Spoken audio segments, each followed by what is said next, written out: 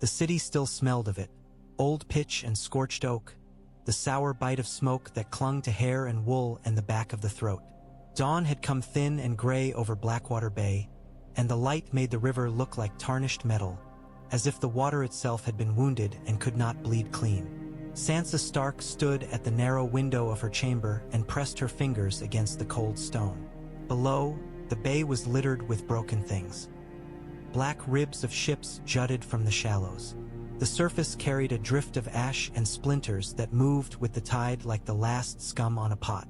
She had watched the green fire blossom in the night, watched it crawl and leap, hungry as a living beast. She had listened to the city scream. She had prayed until her mouth went dry and prayer turned into counting. Candles, breaths, heartbeats. Anything to keep from imagining Stannis Baratheon's men bursting in and tearing her away.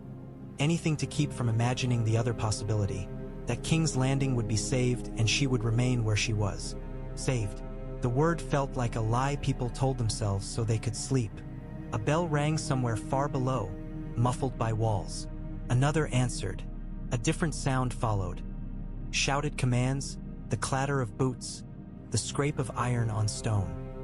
The Red Keep, that proud fortress on its hill, had been waking for hours, shaking itself awake like a dog after rain, eager to pretend the night had been nothing but an unpleasant dream. Sansa turned from the window. Her chamber was neat in the way a cage could be neat, with its bed smoothed and its chair tucked in and the needlework laid out as if she might sit and sew like a gentle lady who had never heard a man die. The seam of her gown pinched at her ribs. She had dressed herself because she could not bear the touch of her maids this morning. Their hands always trembled. They always looked at her like she was a thing that might break. A knock came, brisk and practiced. "My lady," a voice called through the door. "The Queen commands your presence." Of course she did. Cersei Lannister never allowed the world to move without her hand on its throat. Sansa's feet felt heavy as she crossed to the door, as if the smoke had settled in her bones. She opened it to find a guardsman in crimson cloak and iron helm, eyes averted, and behind him a young serving girl with her gaze fixed on the floor. They were both afraid of her in a way that made her want to laugh, except laughter was dangerous, and nothing in King's Landing was funny for long. The corridors were cooler than her chamber, the air damp with stone. Servants hurried past with baskets of linen, with flagons of wine, with pails of water. Men-at-arms moved in small groups, their faces streaked with soot. Sansa caught fragments of talk like scraps of cloth. The river burned. Lord Tywin's host. The Tyrells came in time. The Imp's chain. Lord Tywin. Even the name changed the air. The Red Keep Ways belonged to the Lannisters, but when Tywin Lannister came, the castle seemed to draw itself straighter, as if the walls were ashamed to be anything but obedient. In the gallery above the yard, she paused for half a heartbeat to look down. The gates stood open. Riders entered in a measured stream. Their armor was spattered with mud, their horses lathered. At their center rode a man on a warhorse the color of dried blood, his posture so unmoving it might have been carved. Tywin Lannister's hair was pale gold and perfectly kept even after battle, and his cloak fell from his shoulders with a weight that made other cloaks look like children's playthings. Behind him came wagons, and behind the wagons more riders. Some bore the Lion of Lannister. Others bore a different sigil, green and gold and growing. A rose opening on a field of green. A new color in the yard, bright against ash.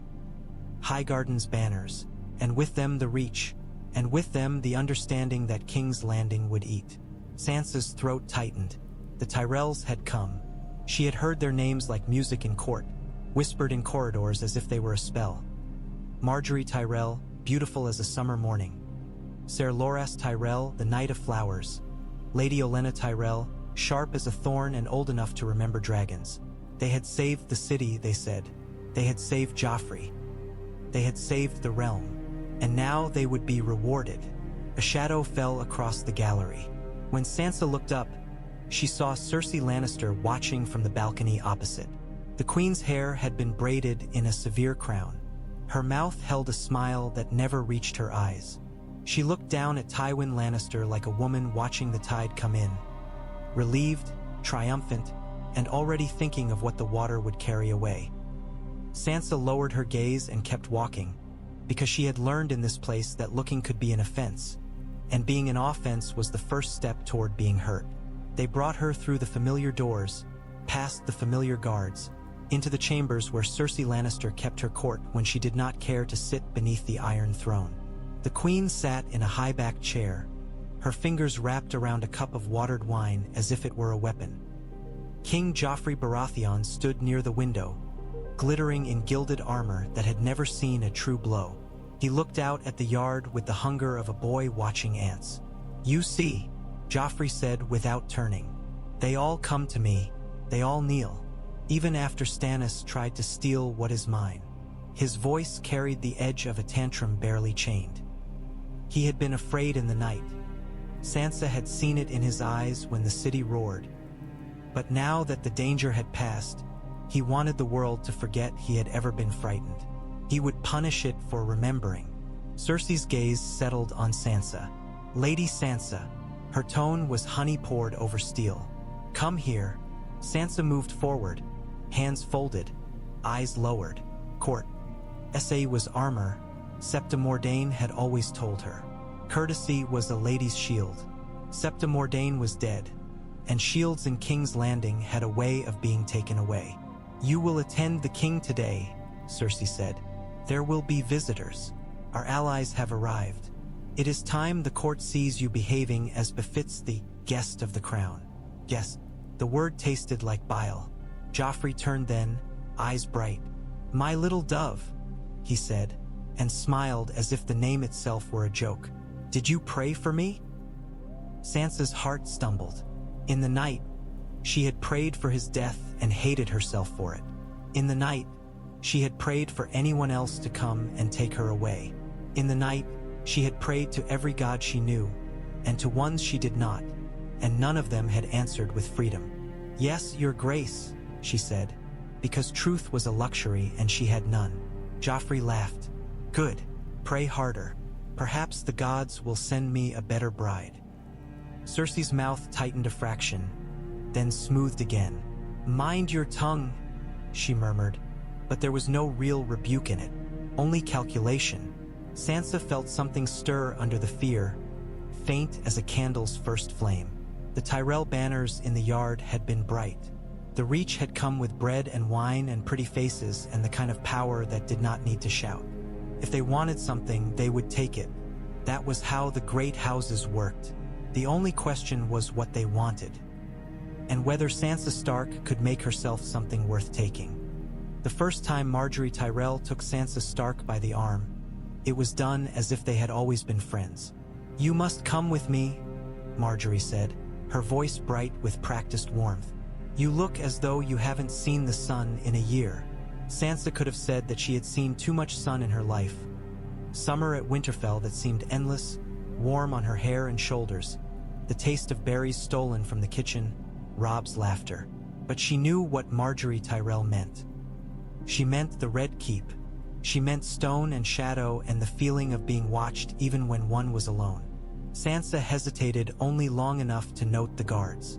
Tyrell men stood with their green cloaks, their hands resting lightly on sword hilts as if swords were ornaments. Lannister guards stood too, red and stiff, looking at the Tyrells as if trying to decide whether roses were more dangerous than lions. Margaery smiled at them all and moved forward anyway, drawing Sansa with her. It was the kind of confidence that made doors open. The gardens within the Red Keep were a pocket of gentleness. Fountains whispered. Lemon trees carried glossy leaves and small, pale fruit. The roses were pruned and trained along trellises, blooming in tidy profusion that made Sansa think of Highgarden, though she had never seen it, only heard it spoken of like a song. Here, even the air seemed less heavy.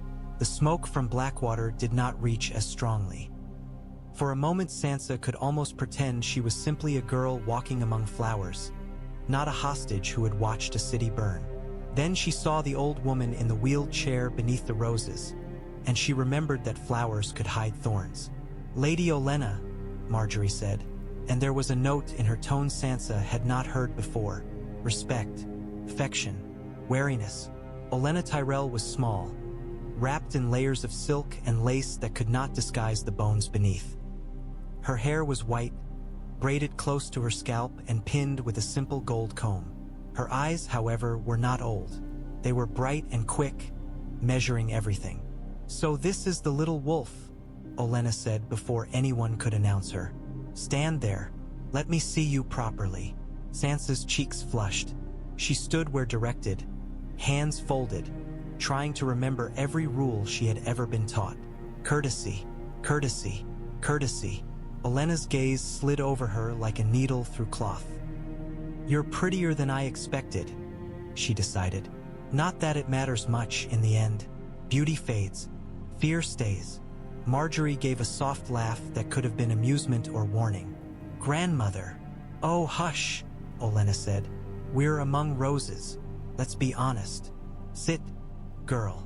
Sansa sat on the bench opposite, careful not to wrinkle her skirt. She felt as if she had stepped into a story where the heroine was tested by a witch in a garden. Olenna leaned forward slightly. "Tell me," she said, "what sort of king is Joffrey Baratheon?" Sansa's heart thudded. Marjorie's smile remained, but her fingers tightened on the chair's arm for the briefest moment. A question then sharp and dangerous, the kind of question that could get one killed if answered poorly. "He is," Sansa began, and her mind raced through the safe words. "Handsome, brave, noble, merciful, all lies, all expected. He is kind," she finished weakly. Olenna's snort was not ladylike. "Kind? That boy? I've seen kinder snakes." Sansa swallowed. "Your Grace, my lady." "Spare me the courtesies," Olenna said. "I've had courtesies poured over my head like hot broth for 70 years, and I've learned that most of them are poison. I want the truth. Marjorie Tyrell is to marry him. If I must pull her out of the lion's mouth, I need to know how sharp his teeth are." The world narrowed to the space between Sansa and that old woman's eyes. Sansa felt suddenly as she had on the battlements during the riot, pressed by bodies, the air thin. She could lie. She had lied all her days in King's Landing. Lies had kept her alive, but something in Olenna's gaze made her feel that a lie would be a kind of stupidity, and stupidity was more dangerous than honesty. Marjorie's hand moved, almost imperceptible, and touched Sansa's sleeve. A light contact, a reassurance, or a reminder that Sansa was not alone in this moment. Sansa looked down at her hands, then up again. "He is cruel," she said, voice barely above the sound of the fountain. "He likes to make people afraid. He enjoys it." Olenna's eyes sharpened. "Does he strike you?" Sansa's breath caught, memory flaring. Joffrey's hand, hard across her face. Laughter, the court watching as if it were entertainment. "Yes," she whispered, "when he is angry, or when he is bored." Marjorie's smile did not break, but it changed, becoming something colder at the edges.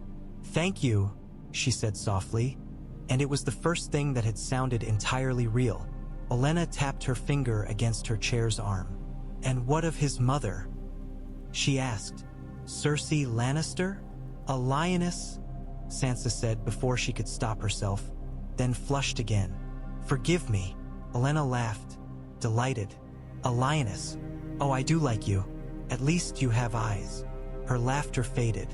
"We have no intention of letting Cersei Lannister eat my granddaughter." Sansa's gaze flicked, unbidden, to the figure standing a few paces away. Ser Loras Tyrell was as bright as the songs made him, tall, lithe, his curls like spun gold. His white cloak fell from his shoulders like snow on a summer rose. He looked toward them, but his expression was distant, as if his thoughts were elsewhere, somewhere far from gardens and courtesies and marriage. "You're staring," Olenna said, following Sansa's gaze. Yes, that's my grandson. You may admire. Most people do." Sansa looked away, cheeks hot. "I wasn't." "Of course you were," Olenna said, untroubled. "It would be unnatural not to. Yet admiration is not what I'm interested in. I am interested in survival." Marjorie's hand found Sansa. again, brief and warm. "You need not be frightened," she murmured, not loud enough for anyone but Sansa to hear. "Not of us." Sansa wanted to believe her. She wanted to clutch at those words as if they were a rope. Olenna leaned back in her chair, seeming suddenly tired, though her eyes remained keen. "You will come walk with us again," she said, making it an order dressed as a suggestion. "You will speak to me honestly. You will not waste my time with pretty lies. And perhaps, we can make something useful of this court yet." Useful. Not kind, not gentle. Useful. It sounded like power. Sansa inclined her head. "As you wish, my lady." As they walked away under the roses, Sansa felt the weight of eyes on her back. Ser Loras Tyrell's gaze lingered, not hungry like Joffrey's, not possessive like the Queen's, but searching, as if he too were measuring what might be made from a girl in a cage. 2 days later, Sansa Stark found herself alone with Ser Loras Tyrell in a corridor that smelled faintly of lemon oil and old stone. It was not truly alone. Nothing in the Red Keep was. A Tyrell guardsman stood at one end of the passage, hands folded at his belt, eyes forward. A Lannister man-at-arms leaned against the far wall with studied indifference. Yet the space between them seemed suddenly private, held by the angle of the window and the fact that the servants had been sent away. Sansa's palms were damp beneath her sleeves. She had been told, with all the casual certainty of command, that Ser Loras wished to speak with her. The message had come through Margaery Tyrell, delivered with a smile that was too careful. Olenna Tyrell's eyes had been on Sansa the whole time, glittering with interest. Ser Loras Tyrell turned as Sansa approached. Up close, the Knight of Flowers looked less like a song and more like a man who had been carved too finely and then forced to stand in rain. His face was perfect, yes, but there were shadows beneath his eyes that no amount of beauty could hide. His mouth rested in a line that suggested he had once known how to laugh and had forgotten. "My lady," he said and bowed. His courtesy was precise, not fawning. It made Sansa's throat tighten with an unexpected ache. She was so used to courtesy as mockery. "Ser Loras," she replied, dipping into a curtsy. He straightened. The light from the window cut across his white cloak, turning it briefly silver. "I am not skilled at this," he said without preamble. Sansa blinked. At speaking, a flicker of something crossed his face. Amusement, perhaps, or pain. "At pretending," he corrected. "At saying what is expected when my heart is elsewhere." Sansa thought of Winterfell and how often she had pretended there, too. Pretended she wanted the lemon cakes more than the practice yard. Pretended she did not mind the blood when Robb came in from training. Pretending had been easy then because nothing depended on it. Here, pretending was survival. "I have learned it," she said carefully. He studied her. His eyes were brown, warmer than his hair. "They told me you have learned many things," he said. "How to smile when you are afraid. How to thank a man for a bruise. How to call a monster your grace." Heat rose in Sansa's face. "Who told you that? Is it not obvious?" Ser Loras asked softly. "Everyone watches. Everyone whispers. You are not invisible, Lady Sansa. Not to those who know what to see." The corridor felt suddenly colder. Sansa's fingers curled against her skirt. "Why are you speaking to me?" she demanded before she could swallow the words. Ser Loras's gaze did not falter. "Because my grandmother does not waste time," he said. "Because my sister intends to be queen, and because Cersei Lannister's court is full of knives, and because you are a Stark."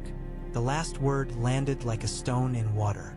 Sansa had spent so long trying not to be a Stark that hearing it spoken plainly made her chest hurt. "And because," he continued, voice even, "there is talk of a marriage." Sansa's breath caught. "A marriage," she repeated, numb. The world had always wanted to marry her, to use her. Joffrey had wanted her as a toy. Tyrion Lannister had looked at her with pity and calculation. Men in court had looked at her with the kind of hunger that made her skin crawl, as if her body were land to be claimed and her womb a key. Ser Loras said her name, and the sound of it was strangely gentle. "Lady Sansa." Listen to me." She lifted her gaze reluctantly. "If this happens," he said, "it will not be as you have been treated before." Her heart hammered. "You can't promise that." "No," Ser Loras agreed, and there was honesty in the admission that steadied her more than any oath. "I cannot promise safety in King's Landing. I can promise this: I will not be your enemy." Sansa's throat tightened. "What do you want from me?" she whispered. Ser Loras's jaw worked. For the first time, his control slipped enough for Sansa to glimpse what lay beneath. Grief, sharp as a blade. Renly Baratheon's death had been spoken of in court with false sorrow and private delight. Sansa had seen Ser Loras at the funeral, rigid as marble, his eyes empty. "I want my family protected," he said, voice low. "I want my sister safe. I want my grandmother's schemes to succeed because the alternative is a court ruled by lions and madness. And he paused, breath steadying. "I want to do what duty requires without lying to you about what I am." Sansa did not understand at first. Then she did, in a way that made her cheeks burn with embarrassment and sympathy. There were whispers about Ser Loras Tyrell, as there were whispers about everyone. She had heard the way men spoke of him when they thought no one listened. The crude jokes, the sly looks. She had never known what to do with such knowledge except to keep it tucked away like a shard of glass. Dangerous if handled, dangerous if dropped. She stared at him, unsure. Ser Loras's expression softened by a fraction. "You will not be forced," he said quietly, as if reading her fear. "Not by me." Sansa felt something inside her loosen, a knot she had not realized she carried. She should have been insulted. She should have been ashamed. Instead, relief flooded her so hard she nearly swayed. "And you," he added, "will be treated with respect. If my name can be a shield between you and the king's cruelty, then perhaps it is worth wearing." Sansa's voice came out thin. "You don't even know me." "I know enough," Ser Loras replied. "You survived Joffrey Baratheon. That is not nothing." She looked toward the window. Beyond the bars, the city lay spread out, roofs and smoke and the faint glitter of the river. Somewhere out there, her brother still fought. Somewhere out there, Winterfell's towers might still stand, or might have fallen. She had no control over those distant things. Here in this corrid. Or, she had been offered something like control in the smallest way. An alliance that might let her breathe. "What would I be to you?" she asked. "A wife in name? A pawn?" Ser Loras's gaze held hers. "A lady of my house," he said. "And perhaps, if you wish it, an ally. Not a prisoner. Not a prisoner." Sansa's hands trembled. Somewhere, far off, a bell rang again, as if reminding her that vows and promises were always made in the shadow of stone. Sansa drew a slow breath. "If your grandmother truly means it," she said, "then tell her I will listen." Ser Loras bowed his head once, the movement sharp and solemn, like a knight acknowledging a command. "Then we will both listen," he said, "and perhaps we will both survive what comes next." The Tower of the Hand had its own smell, ink and parchment, wax and old wool, and beneath it all the faint metallic tang of power. Sansa Stark was not meant to be there. She knew it, and the guards knew it, and the men within the chamber certainly knew it. Yet she stood in the outer solar with a Sept's stillness because Lady Olenna Tyrell had told her, with casual cruelty, to remain near. "You learn nothing by sitting in your room," Olenna had said, tapping her cane against the stone. "Men discuss war as if women are deaf. We are not. Listen." So Sansa listened from behind a carved screen that hid her from the council table while allowing her to hear. Tywin Lannister's voice carried without effort. It did not need to rise. "The matter is decided," he said. "Joffrey Baratheon will wed Margaery Tyrell. This alliance is necessary. It has been paid for in blood. I will not see it squandered by sentiment." Mace Tyrell's laughter was too loud for the room. "Sentiment? Lord Tywin, you wound me. I assure you, House Tyrell is not sentimental. We are practical." Olenna Tyrell's voice cut through, dry as leaves. "Practical enough to have brought you a city full of bread, you mean?" Sansa could picture Olenna's expression. Sharp, pleased, daring Tywin to deny what everyone knew. That King's Landing had nearly starved under Lannister rule and would now eat because roses had arrived. Cersei Lannister spoke, and her words dripped contempt. You presume much for a house that rose from gardeners. Pause followed. Sansa imagined the room stiffening, Mace Tyrell's face turning red, the Tyrell knights shifting. House Tyrell could endure many insults, but not that one spoken aloud. Tywin did not scold Cersei. He simply continued, as if she had not spoken. As for Sansa Stark, he said, and Sansa's stomach clenched. She remains the key to the north. The Starks are in open rebellion. Her marriage will determine who holds Winterfell when the Boy King's enemies are broken. Winterfell? Mace Tyrell repeated, savoring the word as if it were a dish. A large castle, I hear. Old, cold, but valuable. Valuable, Tywin agreed, and therefore it must be secured. It will be, Olenna said too calmly, by marrying Sansa Stark into a house strong enough to hold what is hers. Into House Lannister, Tywin said at once. Sansa's breath caught. She had known, in the abstract, that Tywin Lannister meant to marry her to someone of his choosing. Hearing it spoken as a matter-of-fact claim made her throat tighten with helpless rage. My father, Tyrion Lannister said, voice light in a way that always meant he was trying to keep from sounding bitter.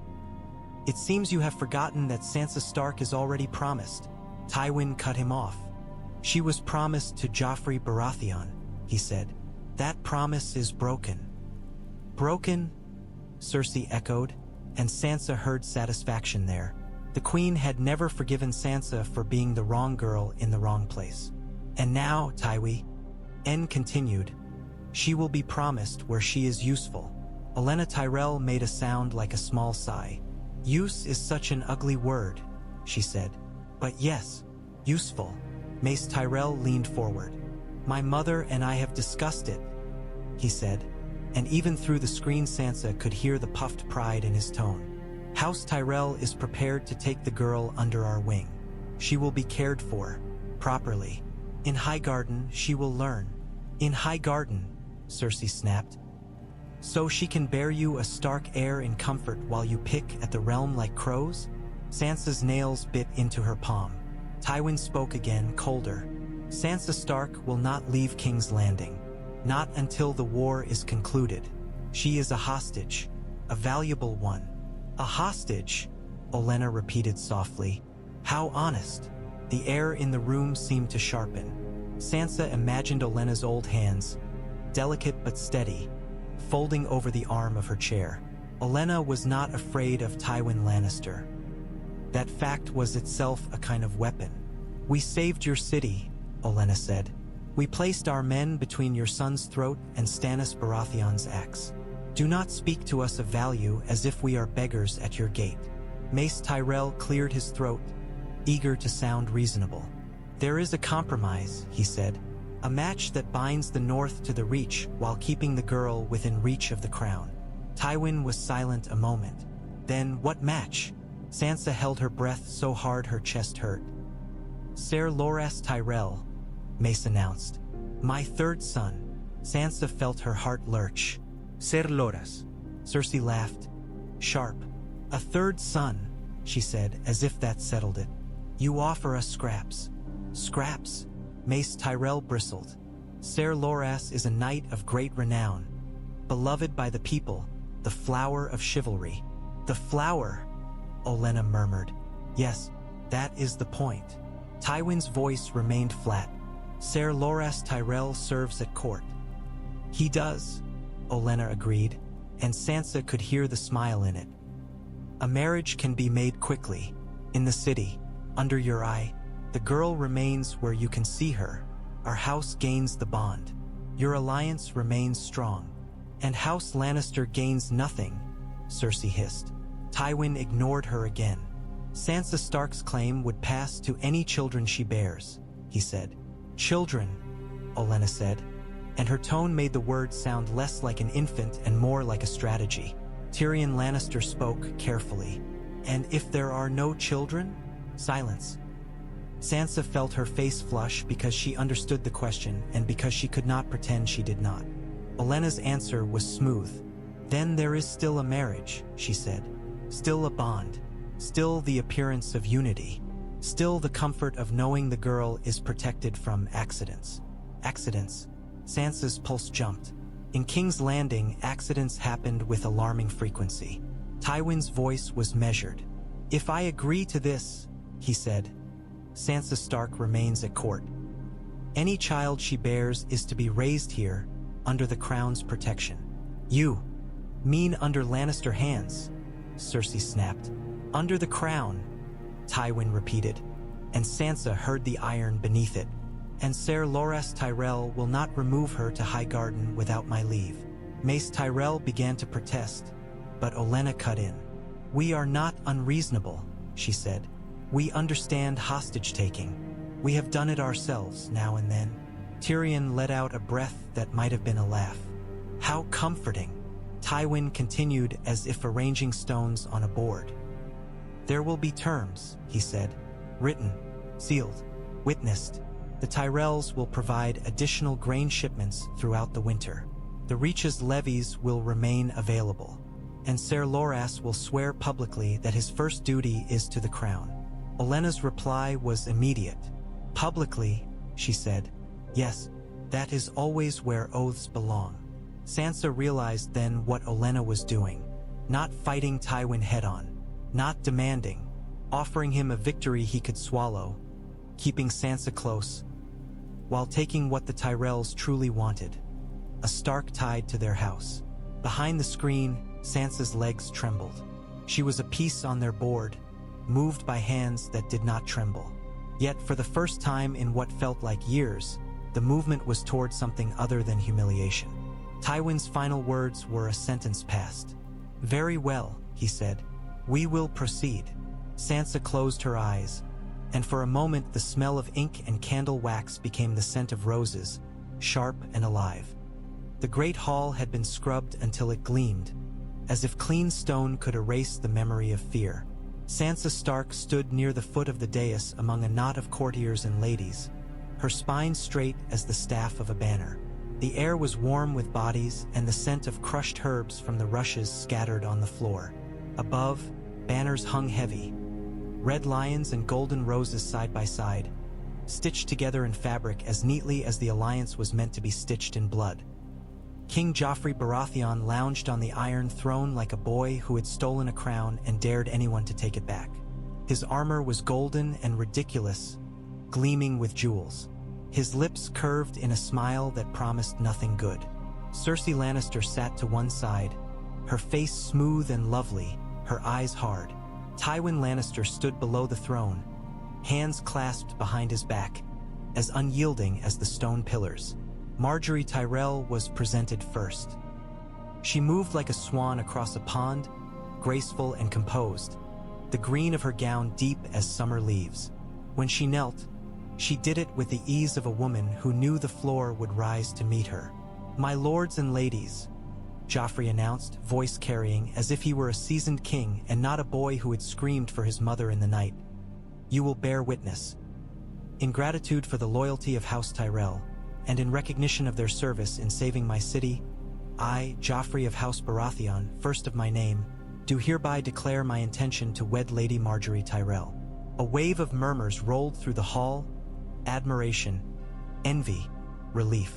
Joffrey looked pleased with himself as if he had conjured Margaery out of air.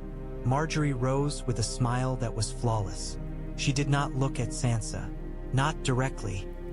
Yet Sansa felt the ghost of a touch on her sleeve, remembered the warmth of Margaery's fingers in the garden and the cool sharpness of Olenna's gaze.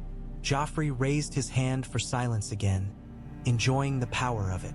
"And," he continued, "in the spirit of unity, and because the traitors of the North shall learn that rebellion has consequences, I have decided another match."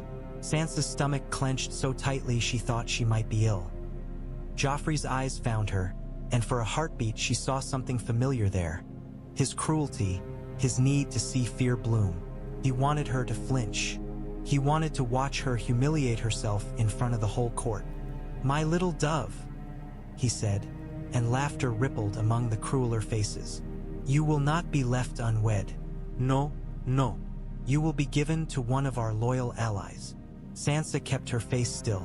Courtesy, she told herself. Shield. Joffrey leaned forward, his crown catching the light. "You will wed Ser Loras Tyrell." For a moment the hall went strangely quiet, as if everyone had inhaled at once. Then whispers flared, sharp and immediate, like sparks in dry grass. Sansa felt her knees go weak. She held herself upright by sheer force of will. Ser Loras Tyrell. Not Tyrion, not Sam. E Lannister cousine. Not Joffrey's cruel joke of a choice. Ser Loras, whose voice in the corridor had been honest, whose eyes had carried grief but not hunger. Ser Loras stepped forward with the smoothness of a man trained in ceremony. He knelt before the throne and inclined his head. "Your Grace honors House Tyrell," he said, and his voice did not shake. Joffrey's smile turned sly. "Will you take her, then? Will you take the wolf and make her a rose?" A few laughed. Tywin Lannister did not. His face was an unmoving mask, but Sansa could feel his gaze like a weight, calculating, measuring, deciding what this cost and whether he could still win. Ser Loras rose and turned toward Sansa. The hall seemed to narrow until it was only them, the space between them thick with eyes and expectation. He approached, took her hand with a gentleness that made her breath catch, and lifted it to his lips. His mouth brushed her knuckles, brief and proper, yet the gesture felt like a door opening. "My lady," he said, quietly enough that only she could hear. "Breathe." Sansa realized she had been holding her breath. She drew in air, and the world steadied. Cersei's face was set in a smile that did not reach her eyes. She looked at Sansa as if seeing a rat slip through a crack she had not noticed. Her fingers tightened on the arm of her chair. Tywin Lannister inclined his head once, the smallest acknowledgement in the world, and in it Sansa read a warning. This is allowed but not forgotten. Margaery Tyrell's smile remained serene, but her eyes met Sansa's for the briefest moment. There was a flicker there. Satisfaction, yes, and relief, and something that might have been sympathy. The court erupted into applause because that was what courts did. They cheered alliances. They cheered pretty vows. They cheered the idea that lives could be rearranged like pieces on a board. Sansa stood with Ser Loras's hand around hers and felt, beneath the fear, a thin thread of something unfamiliar. Not happiness, not yet, but possibility. Cersei Lannister did not scream. She did not throw goblets or tear at her hair like a madwoman in a mummer's show. Her anger was too controlled for such waste. She sat in her solar with a cup of wine and a fire crackling behind her, the room rich with tapestries that showed lions hunting stags and wolves.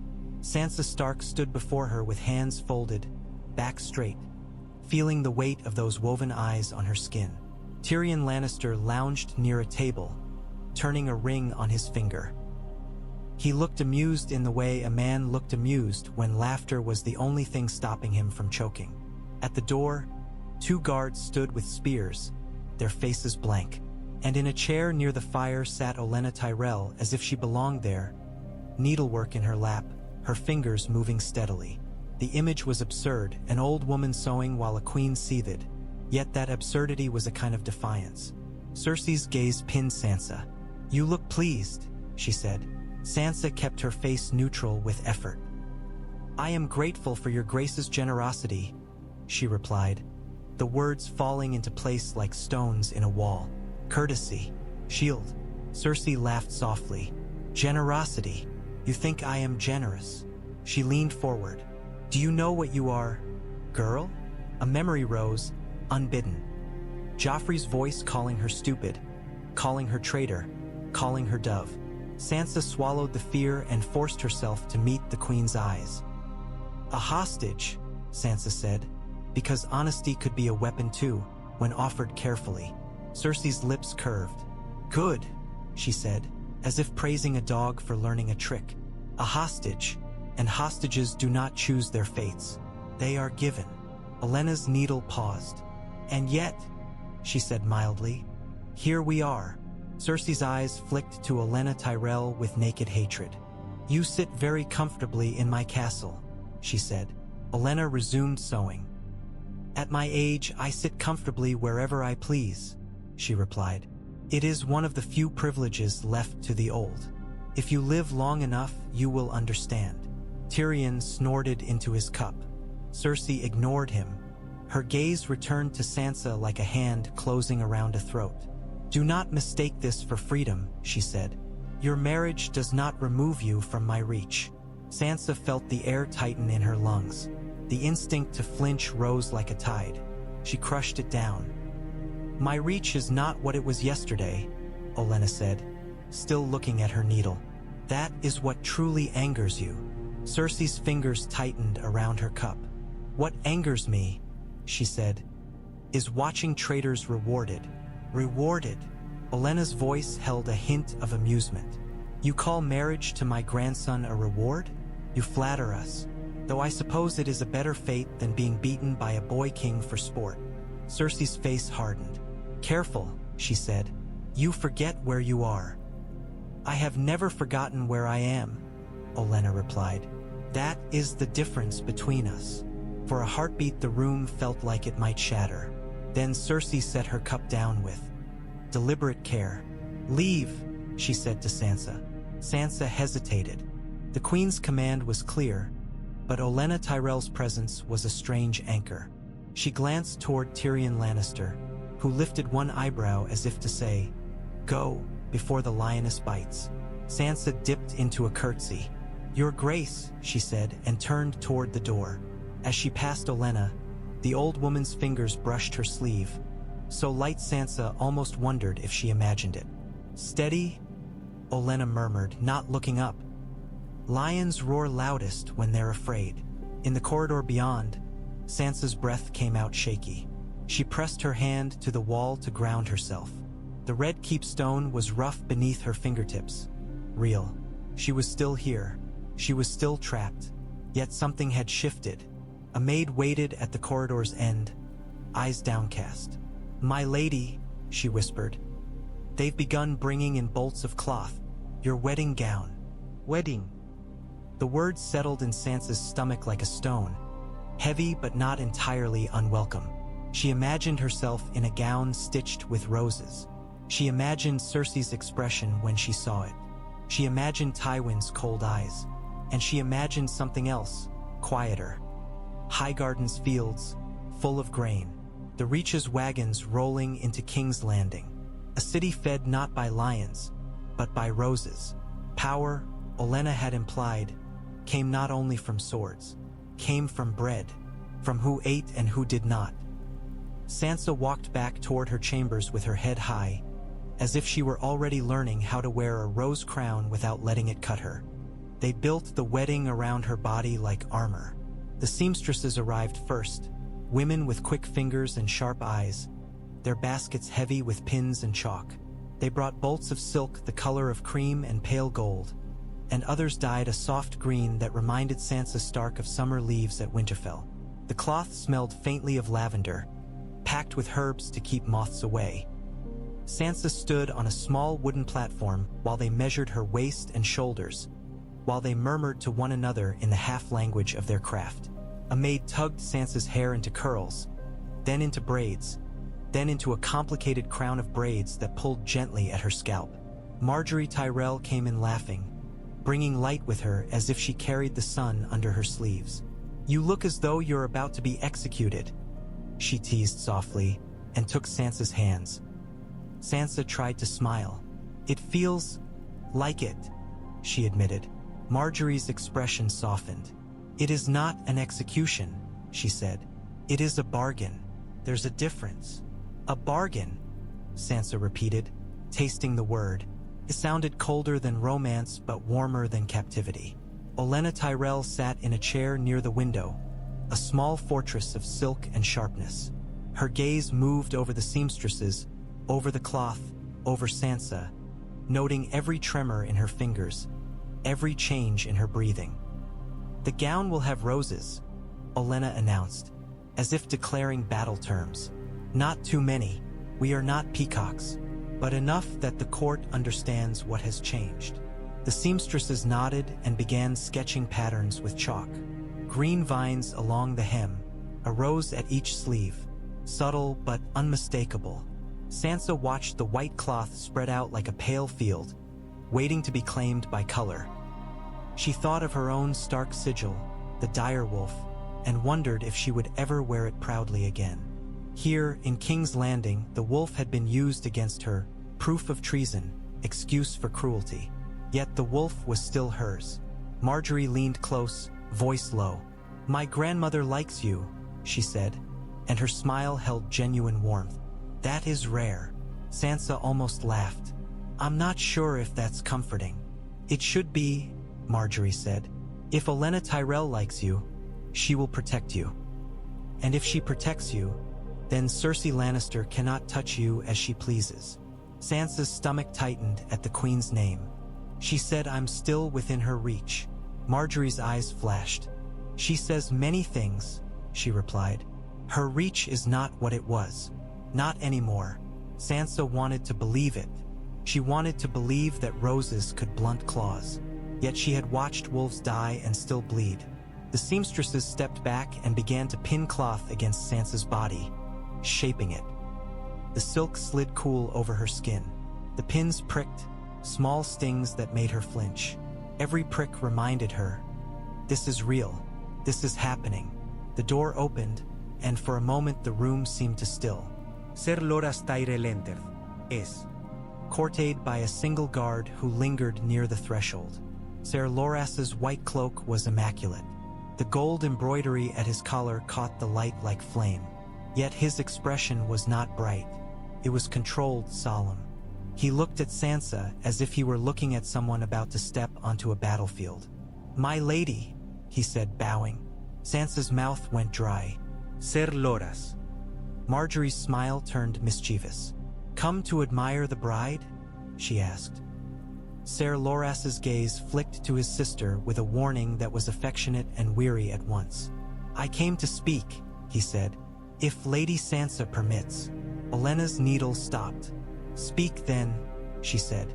"But do it quickly. Cloth waits for no man." Marjorie squeezed Sansa's hand and stepped away, giving space. The seamstresses pretended not to listen, though Sansa knew they would remember every word. Ser Loras approached until he stood just below the platform. He did not touch her. He did not crowd her. He simply looked up and spoke softly. "They will watch us," he said. "They will look for cracks, for fear, for weakness. Do not give it to them." Sansa swallowed. "I don't know how to do this." "You do," he said, and there was a faint gentleness in it. "You have been doing it for months. You have survived the Red Keep. This is another kind of survival." She looked down at him, at the steady line of his mouth, at the grief still lingering in the corners of his eyes. "And you?" she asked, impulsive. "What do you need?" For a moment his composure faltered. Then he breathed out slowly. "I need you to understand," he said. "This marriage is not meant to hurt you. Whatever my family asks of you, whatever the court demands of you, you will not be harmed by me." Sansa's chest tightened. She nodded, because she could not trust her voice. Ser Loras hesitated, then said very quietly, "And in return, I will ask one thing." Sansa's heart stumbled. "What?" "Do not pity me," he said. "Pity is its own kind of cruelty." Sansa's eyes stung unexpectedly. She blinked hard. "I won't," she promised. Ser Loras bowed again, and when he straightened, his expression was once more the polished face the court adored. "Then we will give them a wedding they cannot undo," he said. "A bond they cannot cut without bleeding." He left as quickly as he had come, white cloak vanishing through the door like a ghost. Olenna watched him go, then looked back at Sansa. "He has a good heart," she said, as if assessing a sword's temper. "Good hearts get people killed in this city. We will have to teach him to be sharper." Sansa's lips parted. "Teach him?" Olenna's eyes glittered. "Teach you both," she corrected. "A rose is not merely pretty, my dear. It grows thorns for a reason. The seamstresses returned to their work, pinning, stitching, shaping. Sansa stood still and let them build her new skin, and inside she whispered a vow of her own, silent and fierce. If she must become a rose to survive the lions, then she would learn to draw blood without showing her teeth. The great September of Baelish smelled of incense and melted wax, a sweetness that clung to the air and made Sansa Stark's head swim. Candles lined the aisles like a river of fire. The seven-pointed star glittered above the altar. Light fell through high windows in pale shafts, turning the smoke into something almost holy. Sansa walked toward the altar with measured steps, her gown whispering against the stone. The ivory silk was heavy, the embroidery of green vines and tiny roses along her sleeves stitched so finely it seemed like living plant. The cloak they draped over her shoulders was green as summer grass, fastened with a golden brooch shaped like a rose. It was warm from the hands that had held it, felt like weight and shelter at once. She did not look back, though she felt the eyes on her. Hundreds of eyes. Lords and ladies who had once cheered her betrothal to Joffrey Baratheon, who had once laughed when she was struck, who now watched her become a Tyrell as if it were a play staged for their amusement. At the front pew, Tywin Lannister sat like a carved monument. His face revealed nothing. Beside him, Cersei Lannister's beauty was a mask stretched tight over rage. Her hands were clasped, knuckles pale. Joffrey Baratheon sat with all the restlessness of a boy forced to endure a sermon, his eyes flicking over Sansa as if searching for an excuse to mock. Margaery Tyrell sat near, her posture perfect, her expression serene. She met Sansa's gaze once, briefly, and in it Sansa found steadiness. Not love, not friendship, perhaps not yet, but solidarity, women bound into the same trap, learning to press the bars outward instead of inward. Ser Loras Tyrell waited at the altar, white cloak bright against the Sept's shadows. He looked like he belonged in this place of vows. When Sansa reached him, he offered his hand. She took it. His grip was firm and careful. The High Septon began to speak, voice rising and falling with ritual. The words blurred in Sansa's ears. She had learned the prayers at her mother's knee. Here they felt different, less comfort, more chain.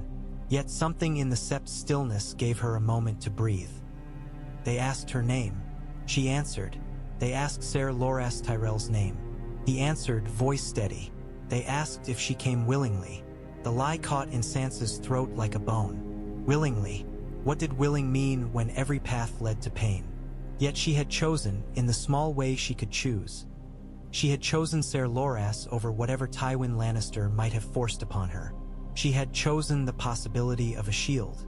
Yes, she said, and the word felt strange and true at the same time. They spoke of duty and faith and the joining of houses. The Reach and the North, Rose and Wolf. The High Septon's hands moved in blessing. The seven gods were invoked one by one, each promise a thread binding tighter. When it came time to cloak her, Ser Loras lifted the green cloth and wrapped it around her shoulders with a solemn nightie that made Sansa's eyes sting. The brooch bit against her collarbone as it was fastened. The metal was cool, real. The High Septon asked Ser Loras if he would protect her, honor her, be true. I will, Ser Loras said. He did not say it like a boy reciting words. He said it like a knight accepting a charge. Sansa felt the weight of the oath settle between them. Then the High Septon asked Sansa if she would honor Ser Loras, be true, bear him heirs if the gods willed it. Sansa's mouth went dry. She glanced, just once, towards Cersei Lannister, and saw the Queen's eyes fixed on her with an intensity that felt like a knife point, as if the Queen wanted to carve the answer out of her. Sansa turned back to Ser Loras. His expression did not change, yet his eyes held something that steadied her, an unspoken understanding of what this marriage was and was not. I will, Sansa said. The High Septon declared them man and wife. A murmur rolled through the Sept, then applause. Soft at first, then swelling. The sound echoed in the vast hall of faith and stone. Sansa stood with Ser Loras's hand in hers. She should have felt joy, or terror, or grief. She felt all of them, muddled together. but above them rose a clearer sensation. She had crossed a threshold. She was no longer simply the Stark girl the Lannisters beat at will. She was tied now to another house, one with its own banners, its own armies, its own wealth. And that tie was not merely cloth and ceremony. It was leverage. As they turned to walk back down the aisle, Sansa caught sight of Tyrion Lannister at the edge of the crowd. He lifted his cup to her in a silent toast that could have meant many things. Congratulations, warning, pity. His eyes were sharp, thoughtful. For a heartbeat, Sansa wondered whether he, too, saw what this marriage truly was. A door opening into a corridor full of knives. The Sept doors opened, letting in a gust of cold air. Outside, King's Landing waited, hungry and listening. Sansa stepped into the light, rose cloak on her shoulders, and did not look back. If the Sept had been all smoke and vows, the feast was heat and noise. The great hall blazed with torchlight. Tables groaned beneath platters of roast boar and glazed capons. Breads shaped into little roses, bowls of olives and figs and bright pomegranates whose seeds looked like drops of blood. The air was thick with spice and sweat and wine. Sansa Stark sat beside Ser Loras Tyrell on the dais, close enough to feel the warmth of his arm through his sleeve. She could feel the court's gaze shifting over them like a tide. People smiled as if the marriage were a tale with a happy ending. People whispered as if it were scandal. People watched as if they waited for something to break. Ser Loras's posture was impeccable. He spoke politely to those who approached, offering compliments and small courtesies that made men beam and women blush. Yet every so often Sansa saw his gaze drift. Not to another woman, not to Sansa's body, but to the far end of the hall where King Joffrey Baratheon lounged with a cup of wine and a smile that never meant kindness. Joffrey watched them as if watching a new toy. His eyes moved from Sansa to Loras and back, measuring. He looked displeased and pleasure at once. Pleased that Sansa had been taken out of his hands, displeased that she had been taken by someone he could not easily punish. Cersei Lannister sat beside her son, fingers curled around her goblet. Her gaze touched Sansa like frost. Tywin Lannister, farther down the dais, ate little. He did not need to. He consumed with his eyes. Olenna Tyrell sat among her family like a spider at the center of a web, small and composed. She leaned close to Margaery Tyrell, whispering, and Margaery listened with that serene expression that made men underestimate her. Sansa wondered what advice was being poured into Margaery's ear like wine. Music rose, harps and flutes, a song about a knight rescuing a maid from a tower. Sansa nearly laughed at the irony. She had been in a tower of sorts, and no knight had rescued her. Not truly. Yet the song drew cheers, and couples began to dance. "Will you dance with your husband?" a lord called, grinning, as if this were all delight. Sansa's skin prickled. The court wanted a display. They wanted to see her smile. They wanted to see her as a proper bride, blushing and obedient. Ser Loras glänzt sehr her. "If you wish," he murmured. Sansa looked out over the hall. It was a sea of faces, some friendly, some cruel, most indifferent. She thought of Joffrey's gaze, waiting. She thought of Cersei's cold eyes. She thought of Tywin's silent calculation. She rose. "Yes," she said. Ser Loras stood and offered his arm. They descended from the dais together, the movement practiced, graceful. The musicians shifted into a faster tune, and the floor cleared. Ser Loras placed his hand lightly at Sansa's back, guiding her into the dance. His touch was precise and respectful. They moved among the swirling bodies, Sansa's gown sweeping like foam around her feet. "You're trembling," Ser Loras said softly. Sansa forced her breath steady. "They're watching. They will always watch," he replied. "Let them see what we choose to show." "What should they see?" she asked. Ser Loras's expression did not change, but there was a faint edge to his voice. "That you are not broken," he said, "and that if they try, there will be consequences." Sansa's throat tightened. Consequences. She had never heard the word spoken about her, not as someone who could cause them. They turned, and Sansa caught sight of Tyrion Lannister watching from near the edge of the floor, cup in hand. His gaze was sharp, amused, almost kind. When Sansa's eyes met his, he lifted his cup slightly as if to say, "Well done." Then the music ended, and the hall returned to chatter, to eating, to the slow drunken loosening of tongues. Joffrey clapped, exaggerated and cruel. "Very pretty," he called. A little wolf learning to prance like a rose. Laughter rippled. Sansa's cheeks burned. Before she could lower her gaze, Ser Loras turned toward the throne. "Your Grace," Ser Loras said, voice clear. Joffrey's smile widened. "Yes, Ser?" Ser Loras inclined his head. "Thank you," he said, "for honoring House Tyrell with this match." The words were polite. The tone was perfect. Yet something in Ser Loras's posture, something in the calm steadiness of his gaze, made the court quiet just a fraction. Joffrey's eyes narrowed. He was searching for insult, for rebellion. He found none he could seize. "Of course," Joffrey said finally, a little too loud. "I am generous." Ser Loras smiled, a courtly curve of his mouth. "Yes," he said, "you are." Sansa realized then what Ser Loras had done. He had offered Joffrey a compliment so absolute that it became a mirror, forcing the king to stare at his own vanity. The court laughed again, but this time the laughter sounded different. Uncertain, edged. Sansa's pulse steadied. She looked across the hall to Olenna Tyrell. The old woman lifted her cup slightly. Not a toast, not quite.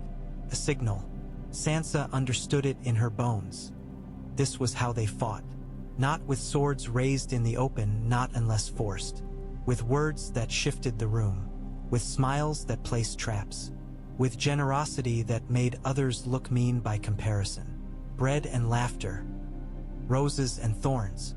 As the feast dragged on, Sansa watched alliances form and fray at the tables. She watched men drink and boast. She watched women whisper. She watched Cersei's gaze flicker to Marjorie, then back to Sansa, calculating new threats. And beneath it all, she watched Tywin Lannister sit unmoving, as if waiting for the exact moment to strike. Sansa drank little. She needed a clear head. Tonight she was a bride. Tomorrow she would begin learning how to be something far more dangerous. The bedchamber they gave them was one of the smaller royal suites, yet it still felt too large, too ornate, as if the red keep needed to remind every newlywed that even intimacy belonged to the crown. A fire crackled in the hearth, throwing orange light across the carved posts of the bed. Candles burned on a table beside a basin of water. The air smelled of lavender and smoke and spilled wine from the feast. Sansa Stark stood near the bed, her hands moving automatically to unfasten the heavy brooch at her throat. The rose cloak slid from her shoulders and she folded it with careful precision, as if neatness could keep fear at bay. The silk was warm from the day, from ceremony and applause and too many eyes. Ser Loras Tyrell removed his white cloak and draped it over a chair by the fire, smoothing the fabric as if it mattered. Perhaps it did. In a world where words were weapons, appearances were armor. He loosened the collar of his doublet, taking a slow breath. For a moment they stood in silence, listening. Sansa could hear faint sounds beyond the door. Guards shifting, murmured voices, the distant echo of laughter from somewhere in the castle. Even here, even now, they were not alone. Sansa's throat felt tight. She had been terrified of this moment for so long that it had taken on the shape of a nightmare, a shadow that followed her through every corridor. The marriage bed, the moment when she would be taken, used, made powerless. Ser Loras turned toward her, and his face was solemn, tired, and unexpectedly kind. "No one will enter," he said quietly. "The door is barred from within. The guards are ours and there's both, but neither will open it unless we call." Sansa nodded, unable to speak.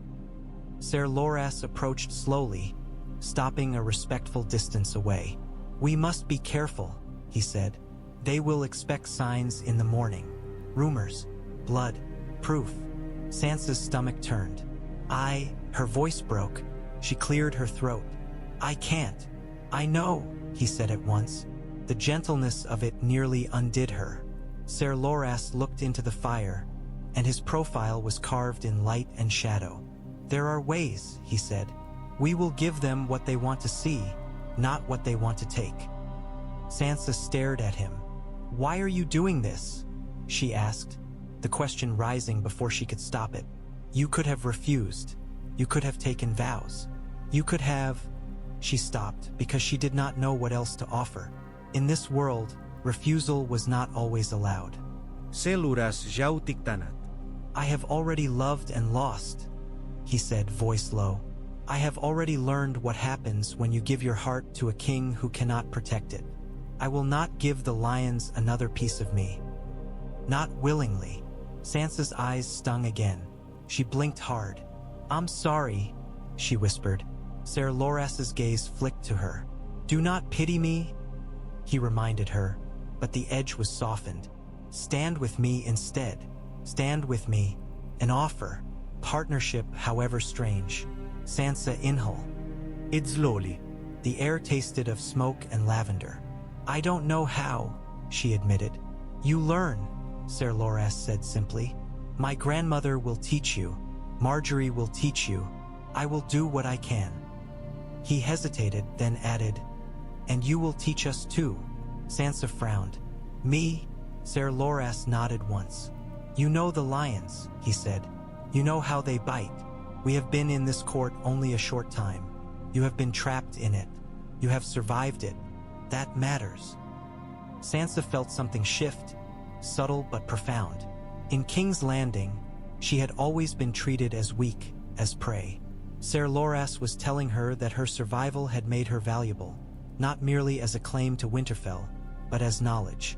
She lowered herself onto the edge of the bed, the mattress soft beneath her. Her hands clasped together in her lap to keep them from shaking. "Cersei Lannister will hate this," she said, voice hushed. Ser Loras's mouth curved, not quite a smile. "Cersei Lannister hates anything she cannot control." "And Tywin Lannister?" Sansa asked. The name still made the air seem colder. Ser Loras's gaze returned to the fire. "Tywin Lannister respects leverage," he said. "For now, we are leverage. He will pretend this marriage is his idea. He will tell himself he has gained something." Sansa's eyes narrowed. "Has he?" Ser Loras looked at her then, and his gaze was steady. "Not what he thinks," he said. A soft sound at the door made Sansa stiffen. Something brushed the wood. Then a thin slip of parchment slid under the crack, pushed by a hand outside. Ser Loras moved faster than Sansa expected, snatching the note before it could lie visible. He broke the seal. Plain wax, no sigil, and read. His expression did not change, but his eyes sharpened. He handed it to Sansa. The writing was neat and small. "Soon, little wolf. Keep your head. Keep your mouth sweet. Keep your eyes open. Highgarden is not a dream. It is a weapon. Learn how to hold it." "Oti." Sansa's fingers tightened around the parchment. Her heart pounded, but not with fear alone now. With something else, anticipation, and a fierce, quiet resolve. Ser Loras watched her read, then said softly, "She has chosen you." Sansa swallowed. "I don't know what she expects." Ser Loras's voice was gentle, almost grim. "She expects you to live," he said, "and to remember." Sansa stared at the fire, at the way the flames ate the logs and turned them into embers. She thought of Winterfell, of her father's head on a spike, of her mother and Robb somewhere far away, of her little sister Arya who might be dead or might be running through the world like a feral wolf. She thought of the Lannisters, sitting on their hard chairs and calling themselves rulers. She folded the note and tucked it into the seam of her gown, close to her skin. "Then I will learn," she said, voice steadying. "I will learn everything." Ser Loras nodded, as if accepting a vow. "Then we begin," he said. Outside the door, the Red Keep breathed and listened. Inside, Sansa Stark sat beneath a rose cloak and felt her fear shift into something sharper. A thorn at last. Dawn came as it always did in King's Landing, without mercy, without softness. as if the sun climbed over the city walls only to expose the grime it had left unseen. Sansa Stark woke before the castle did, or perhaps the castle never truly slept. She lay still on the bed's edge with the coverlet drawn up to her waist, listening to the faint scrape of boots beyond the door, the low murmur of men who would not raise their voices even for their own lives. The fire in the hearth had sunk to embers, red as a dying coal. The room smelled of smoke, lavender, and the faint sharpness of wine. She had slept in fits, half dreams of Winterfell's snow and the sound of her father's voice calling her name, broken by the memory of candlelight and a note signed with 2 letters that felt like a dagger pressed into her palm. Soon, little wolf. The words were tucked close to her skin, folded small against her bodice, but she felt them as if they were stitched into her ribs. Ser Loras Tyrell stood by the hearth with his back to her, fastening his belt with slow, practiced movements. He looked as though he had not slept either. His hair, usually arranged with courtly perfection, fell loose around his face. In the dim light he seemed younger, less the knight of flowers and more a man forced into a role he had not chosen. Sansa watched him and found herself grateful for the stillness of him. He did not crowd her. He did not ask for affection. He did not pretend the night had been a lover's song. He had spoken of appearances, of rumor, of what the court would demand, and then he had taken his place on a chair by the fire as if guarding her sleep were the only oath that mattered. A sharp knock sounded. Sansa's breath caught. Ser Loras turned, already moving. "Who is it?" he called, voice steady. "Alysanne," came a muffled reply, "from Lady Margaery Tyrell's household, with water and linens." Ser Loras glanced at Sansa. She nodded once, stiff. He opened the door only a hand's breadth. Sansa caught a glimpse of the corridor. Stone, shadow, 2 men in cloaks, 1 green and 1 red, standing like rival statues. Between them, a young maid held a basin and a folded stack of white linen. Her eyes flicked, quick and nervous, to Ser Loras, then to the bed beyond. "The lady requires the sheets," the maid said, voice rehearsed. She did not say why. She did not have to. Sansa's cheeks warmed with shame and anger. Even this private thing was not hers to keep. The court would want proof. Proof that the marriage was real. Proof that it could not be undone with a few words spoken in the right place. Proof that Sansa Stark's body had been used in the service of alliances. Ser Loras's hand tightened on the door. "There will be no bedding sheet paraded through the halls like a battle banner," he said. The maid swallowed. "My lord, the queen. The queen may choke on her own wine," Ser Loras said, and then his voice softened, careful.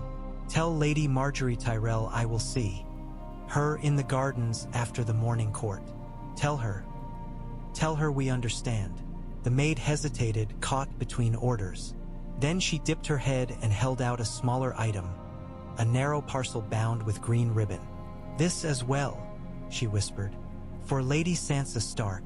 Ser Loras took it, shut the door, barred it again. The room fell quiet except for the crackle of embers. Sansa stared at the parcel in his hand as if it might bite. Ser Loras set it on the table and untied the ribbon. Inside lay a length of linen, folded with care, and a small vial stoppered with wax. A second note, short and neat, lay beneath. "No one will ask for what they have already seen," it read. "Make your story simple. Simple stories travel farthest." Empty. Sansa's throat tightened. Margaery Tyrell's handwriting was as graceful as her smile, and just as controlled. Sansa understood what the vial was for without needing the world spelled out. A simple story, a stain, a rumor fed, not starved. She wanted to throw the vial into the fire. She wanted to weep until she could not breathe. Instead, she sat straighter because she had made a vow in her own heart, and vows were the only things that kept a person from dissolving into fear.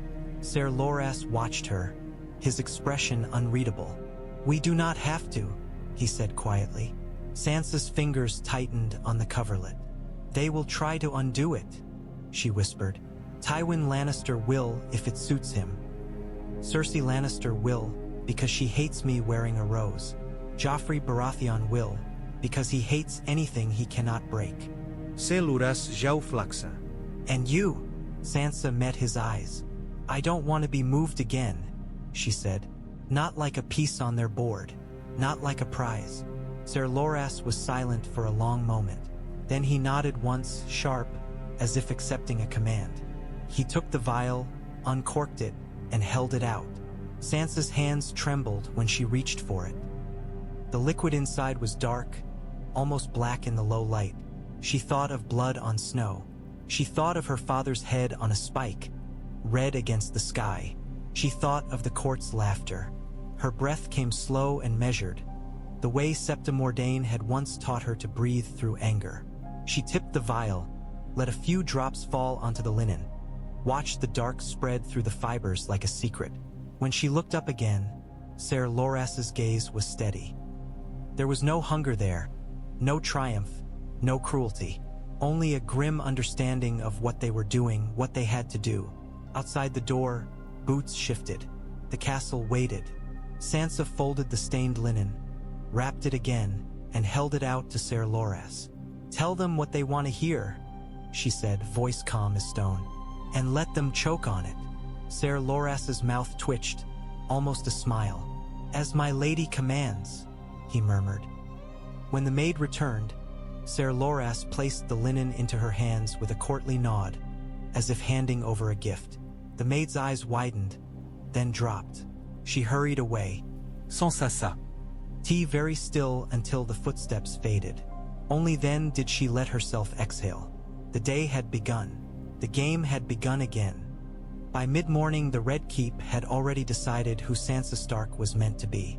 Servants bowed deeper when she passed, as if the green cloak on her shoulders had increased her weight. Some smiled with cautious approval. Some stared too long. Men murmured, women whispered, and the whispers did not need words for Sansa to understand them. She is Tyrell now. She is safe now. She is in danger now. The corridors had changed in small ways overnight. New tapestries hung, bright with roses, placed where once only lions prowled. Fresh rushes scented with rosemary covered the floors, masking the stale odor of fear. Tyrell guards took positions beside Lannister guards, their green cloaks like leaves among blood-red cloth. The castle looked as if someone had sewn two banners together and called it peace. Sansa moved through it with Ser Loras Tyrell at her side and a small court of Tyrell ladies behind her. Marjorie Tyrell's women, bright as birds, and one older lady with a watchful gaze who introduced herself as a cousin of House Redwine. Their presence was a wall. Sansa could feel the difference it made. Men who might have brushed too close now kept distance. A crude joke died on a man's tongue when a Tyrell guard's eyes slid his way. Yet none of it made her truly free. The Red Keep still had gates. It still had chains, some simply hidden beneath silk. When they reached the stair that led past the Queen's balcony, Sansa felt the air chill. She did not need to look up to know Cersei Lannister was there. She could feel the Queen's gaze like cold rain. Ser Loras's hand brushed Sansa's elbow, a warning and an anchor. Sansa lifted her chin and kept her pace steady. Above, Cersei leaned on the stone balustrade, dressed in crimson velvet that made her look like a wound. Her golden hair was braided tight. Her mouth curved in a smile that was not warmth but teeth. "So," Cersei called down, voice carrying, "the wolf wears roses now. How quickly girls forget their nature." Sansa stopped because ignoring the Queen could be death. She turned and curtsied, careful and deep. "Your Grace," she said, voice even. Cersei's eyes flicked to Ser Loras. "And the flower plays husband," she said, as if testing the word for weakness. "How sweet." Ser Loras bowed. "Your Grace," he replied smoothly. "House Tyrell lives to serve the crown." Cersei laughed softly. "Serve," she echoed. "Is that what you call it? I suppose gardeners do love to dig their roots deep." A ripple of discomfort passed through the Tyrell ladies behind Sansa. Sansa felt anger bloom, hot and dangerous. Cersei was doing what she always did, turning everything into insult, provoking, searching for a flinch. Sansa thought of Olenna Tyrell's voice, dry as leaves. Lions roar loudest when they're afraid. So Sansa did not flinch. She lifted her gaze to the balcony, meeting the queen's eyes with a composure she did not feel. "Your grace is wise to notice the roots," Sansa said softly. "A garden with strong roots survives winter." Cersei's smile tightened. The words were harmless on the surface. Compliment, proverb. Yet beneath them lay a truth. The Tyrells fed the realm. Winter was coming. Those who held the grain held the throat of the city. For a heartbeat, Cersei looked almost startled, as if she had not expected the little dove to have teeth. Then the queen's expression smoothed again. "Very well," she said. "Survive then. But remember, winter freezes roses first." She turned away, her crimson skirt vanishing like blood into shadow. Sansa held her curtsy until Cersei was gone. Only then did she straighten, her legs trembling with the effort. Ser Loras glänzt her. "Well played," he murmured. Sansa's mouth felt dry. "I don't know if it was," she admitted. "It was," said the older red wine lady behind her, voice approving. "A queen should not be allowed to think you can be plucked like a petal." Sansa swallowed. Plucked like a petal. She had been plucked and bruised and displayed. Not anymore. As they resumed walking, the Tyrell ladies closed around her like a moving garden. Sansa felt eyes on her from doorways and alcoves, saw servants pause in their tasks to watch her pass. The Red Keep had a new story to tell itself, that the Stark girl was now protected by Highgarden. A story, Sansa thought, could be a weapon if enough people believed it. They reached the Tyrell apartments, rooms that had once belonged to lesser courtiers, now rearranged into something that smelled faintly of rosewater and fresh linen. The servants within bowed to Sansa as if she were already a Tyrell born. A small thing, perhaps, but in King's Landing small things were the beginning of revolutions. On a table near the window sat a basket of bread still warm from the ovens and a dish of honeyed figs. Sansa stared at it, startled by such simple abundance. "You must eat," one of the Tyrell ladies said gently, as if speaking to a frightened animal. Sansa took a piece of bread. The crust cracked beneath her fingers. The warmth seeped into her palm, and with it a sudden fierce understanding. This was Highgarden's true power. Not merely knights and vows, but the certainty of full baskets. The promise of warmth even in a city that starved. Sansa ate slowly, and as she did, she listened to the castle beyond the windows. The distant clatter, the shouted orders, the constant hum of a court forever hungry. She had been swallowed by lions. Now she would learn how roses strangled. If the Red Keep was stone and shadow, Olenna Tyrell made her own weather inside it. Her solar in the Tyrell apartments was bright, the shutters thrown open to let sunlight pour across a table cluttered with ledgers and maps. The scent of roses drifted in from the gardens below, but it did not soften the room. It only reminded Sansa Stark that beauty and danger often shared a stem. Olenna sat in her chair as if it were a throne she had stolen and dared anyone to reclaim. A bowl of grapes rested within her reach. She plucked one, bit into it, and watched the juice glisten on her tongue as if savoring more than fruit. Sansa stood over the table, fingers pressed to a map of the Crownlands. Lines marked roads. Small ink symbols noted granaries, ports, holdings. A second map lay beside it, the Reach sprawling green, with its rivers and fields drawn in loving detail. A Tyrell steward stood patiently at the table's end, plain in brown wool, his hands ink-stained. He looked like a man who knew the weight of numbers and did not fear it. "The wagons from the Mander will reach the city in 9 days if the roads hold," the steward was saying. "If the Crown's men do not interfere." "The Crown's men," Olenna echoed, amused. "You mean the Queen's men. The Crown is a boy with a gold cup." Sansa's eyes moved over the marks on the map. "The Rosby granaries," she said, surprising herself with the steadiness of her voice. "And Stokeworth, those are close." The steward nodded. "Close, yes, but those lords answer to Lord Tywin Lannister now. And their stores are not enough, not for a city this size."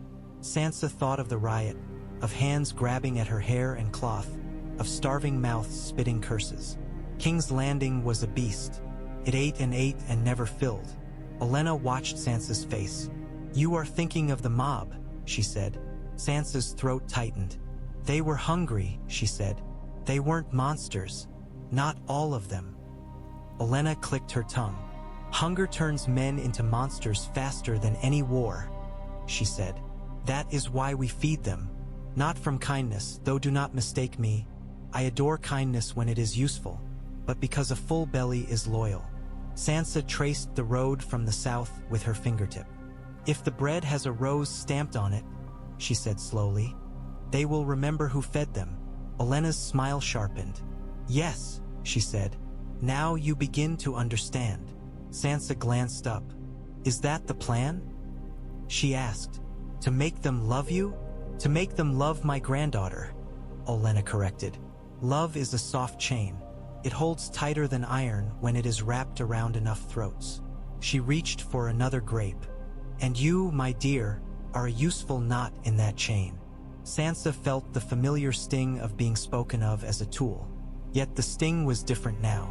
Not humiliation, not helplessness. Olenna was at least honest about it, and honesty gave Sansa something she could grip. "What do you want from me?" Sansa asked, voice careful. Olenna le. Aimed forward slightly, her eyes bright. "I want you to listen," she said.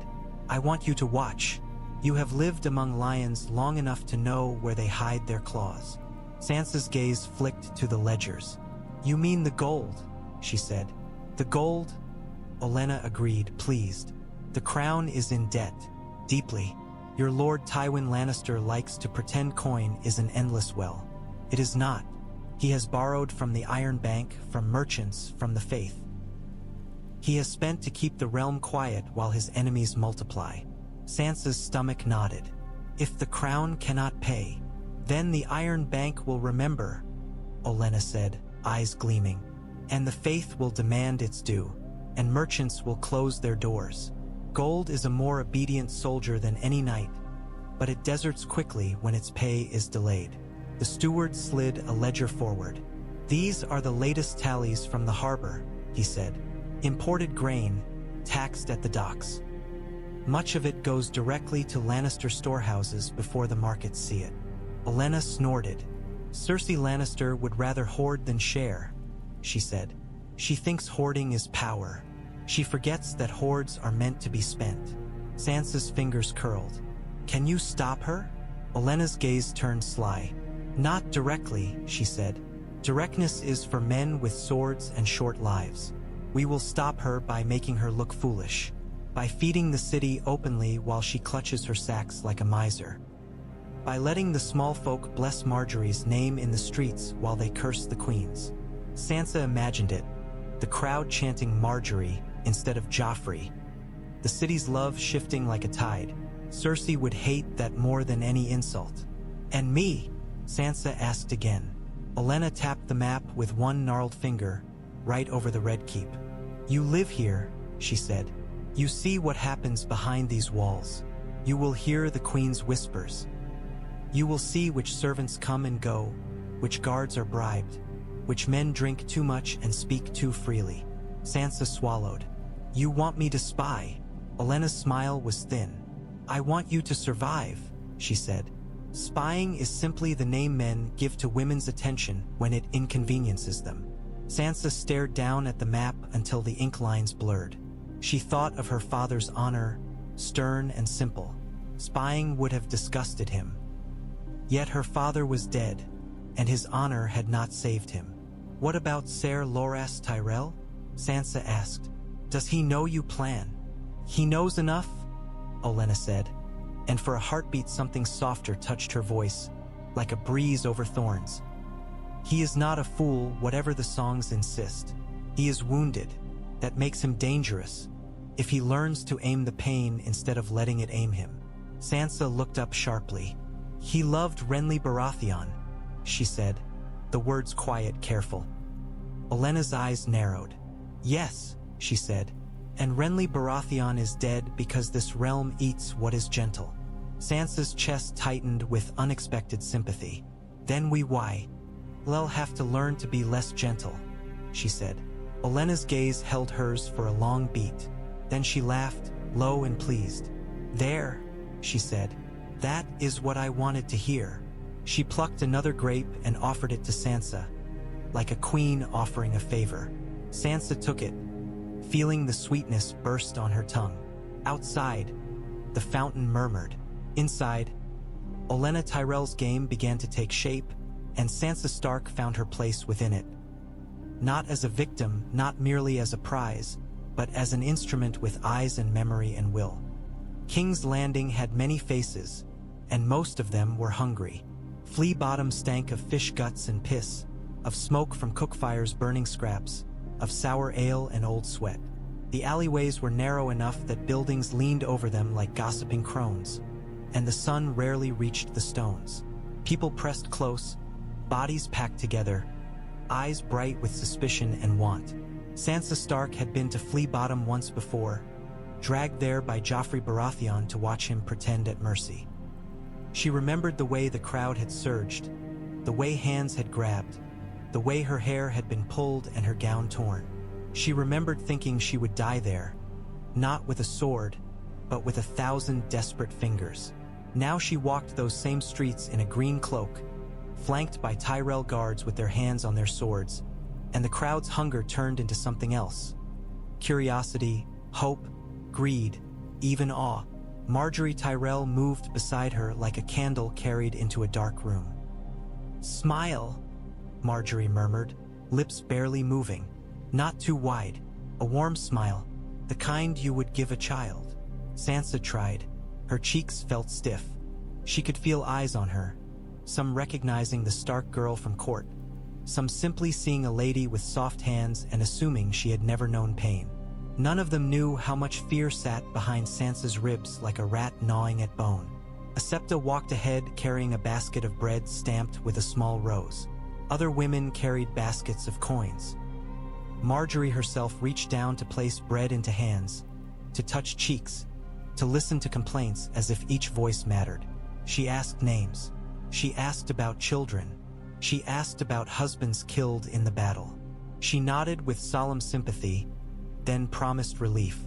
Sansa watched the small folks' faces soften as Margaery spoke. They did not need to know whether the promises were fully true. They needed to believe someone had seen them. A boy no older than Bran, filthy and thin as a stick, darted forward and grabbed at the basket. A guard's hand moved, quick, but Margaery lifted her palm. "Let him," she said gently. The boy froze, expecting a blow. When none came, he stared at her as if she were a strange creature. Margaery knelt, her green skirts pooling in the mud without hesitation, and held out a loaf. "What is your name?" she asked. The boy's lips parted. "Hugh," he whispered. Margaery smiled as if it were the sweetest sound. "Hugh," she repeated. "There, take it. And take another for your mother if you have one." The boy's hands shook as he took 2 loaves. He backed away, eyes huge. Sansa's throat tightened. She remembered Joffrey striking a boy for looking at him. She remembered Cersei ordering lashes for a man who spoke too loudly. Here, Margaery offered bread and a name. "See," Margaery murmured as she rose, voice pitched for Sansa alone.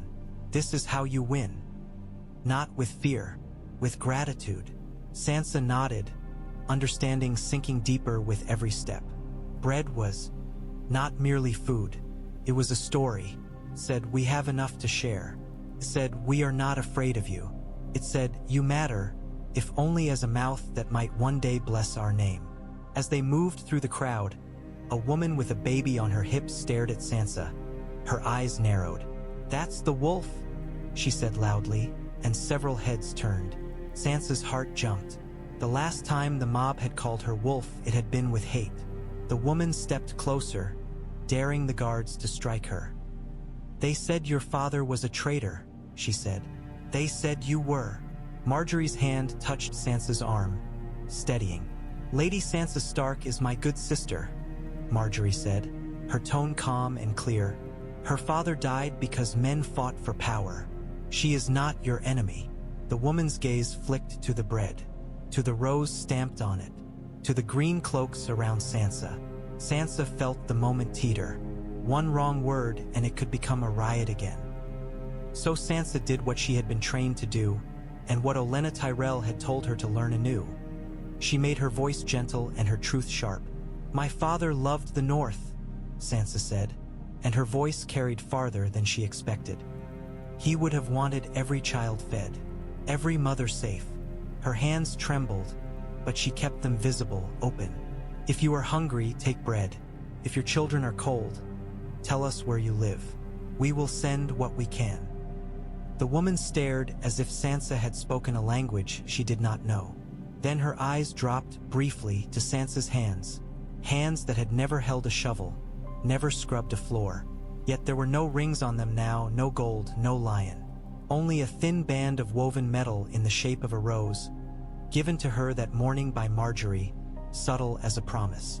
"Send, then?" the woman muttered, still suspicious, but less sharp. "Talk's cheap." Sansa's cheeks flushed. She nodded once. "I know," she said. "That's why we bring bread." A murmur ran through the crowd. Not love, not yet, but interest. The idea of a Stark girl wearing roses and handing out food was a strange thing in this city. Strange things were remembered. They reached a small sept, a cracked stone building with a 7-pointed star carved above the door. Inside, candles burned before rough statues. The air was cool, smelling of wax and damp stone. A septon bowed and blessed Marjorie, blessed Sansa, blessed the Tyrell name. Marjorie knelt and lit a candle. Sansa knelt beside her, the stone biting into her knees through her gown. She bowed her head, and for a moment she prayed. Not for Joffrey, not for the realm, not for the gods to save her, because she had learned the gods did not always bother. She prayed for clarity. When they rose, Marjorie's fingers tightened briefly around Sansa's hand. "You did well," she whispered. Sansa's voice came out rough. "They hate us," she said. "They hate whoever starves them," Marjorie replied, eyes bright. "Feed them, and they will love you. Starve them, and they will tear you apart." As simple as bread. As they stepped back into the alley's stench, Sansa felt the city's pulse under her feet. The small folk watched them go, loaves in their arms like treasure. Some crossed themselves. Some whispered Marjorie's name. A few, only a few, whispered Sansa's. A beginning, Sansa thought, and beginnings were dangerous. The throne room was a place of iron and echoes, built to make men feel small. Even when the king did not sit on the Iron Throne, the room carried its presence like a shadow. The blades that made the throne caught the light and threw it back in hard glints, reminding everyone what power was supposed to look like in this kingdom. Sharp, unforgiving, bleeding. King Joffrey Baratheon stood before the dais with a goblet in his hand. Wearing armor gilded so heavily, he looked like a child dressed for a play. His cheeks were flushed from wine. His smile was bright with the kind of amusement that always meant pain for someone else. Sansa Stark stood with Ser Loras Tyrell beside her. Hands folded, shoulders squared beneath her green cloak. She could feel Tywin Lannister's gaze from below the dais, cold, measuring, weighing. Cersei Lannister stood near her son like a blade kept close, her mouth curved in a smile that never softened her eyes. Marjorie Tyrell sat a few paces away, composed as if this were a courtly entertainment. Her hands rested lightly on her lap. Her gaze was calm, but Sansa saw the tension in the way her fingers curled, ever so slightly, against her own palm. "My Lady Wolf," Joffrey said, drawing out the words as if tasting them. "I hear you've been playing at charity." Sansa's stomach tightened. "Your Grace," she said, voice sweet and careful. "Lady Marjorie Tyrell wished to bring comfort to your people." "My people?" Joffrey repeated and laughed. "They throw shit at my mother and call my father a stag. They are rabble." Cersei's hand touched his arm, a gentle warning. Joffrey shrugged it off. "I also hear," he continued, eyes glittering, "that you've been talking about your father, about Winterfell, about traitors." He took a sip of wine, then let the goblet hang loose in his fingers. Are you trying to make them pity you? Sansa felt heat rise in her cheeks. She forced herself to breathe. She had been taught not to react. She had been trained by pain. I spoke of feeding children, she said simply. Joffrey's smile sharpened. Children, he echoed. Yes, speaking of children. His gaze slid to Ser Loras Tyrell with sudden, malicious curiosity. How is married life, Ser? Have you broken your little wolf yet? Laughter rippled among the crueler lords. Sansa's vision narrowed. The word broken struck like a slap. She felt Ser Loras stiffen beside her, his hands tightening into fists for a heartbeat before he smoothed them again. Your Grace, Ser Loras said, voice controlled. My lady wife is not a horse to be broken. Joffrey blinked, surprised by the firmness. Then his grin returned, wider. Oh, he said, then perhaps she breaks you. More laughter. Sansa's fingers dug into her own palm. She wanted to scream. She wanted to lunge. She wanted to tear out his throat with her teeth like a direwolf in one of old Nan's stories. Instead, she lifted her chin and spoke with a calm she did not feel. Ser Loras Tyrell honors me, she said, as a knight should honor a lady. Cersei's eyes narrowed. You speak boldly, she said. Sansa turned her gaze to the queen and lowered her eyes, feigning humility. I speak with gratitude, she replied. Your Grace gave me a husband known across the realm for his honor.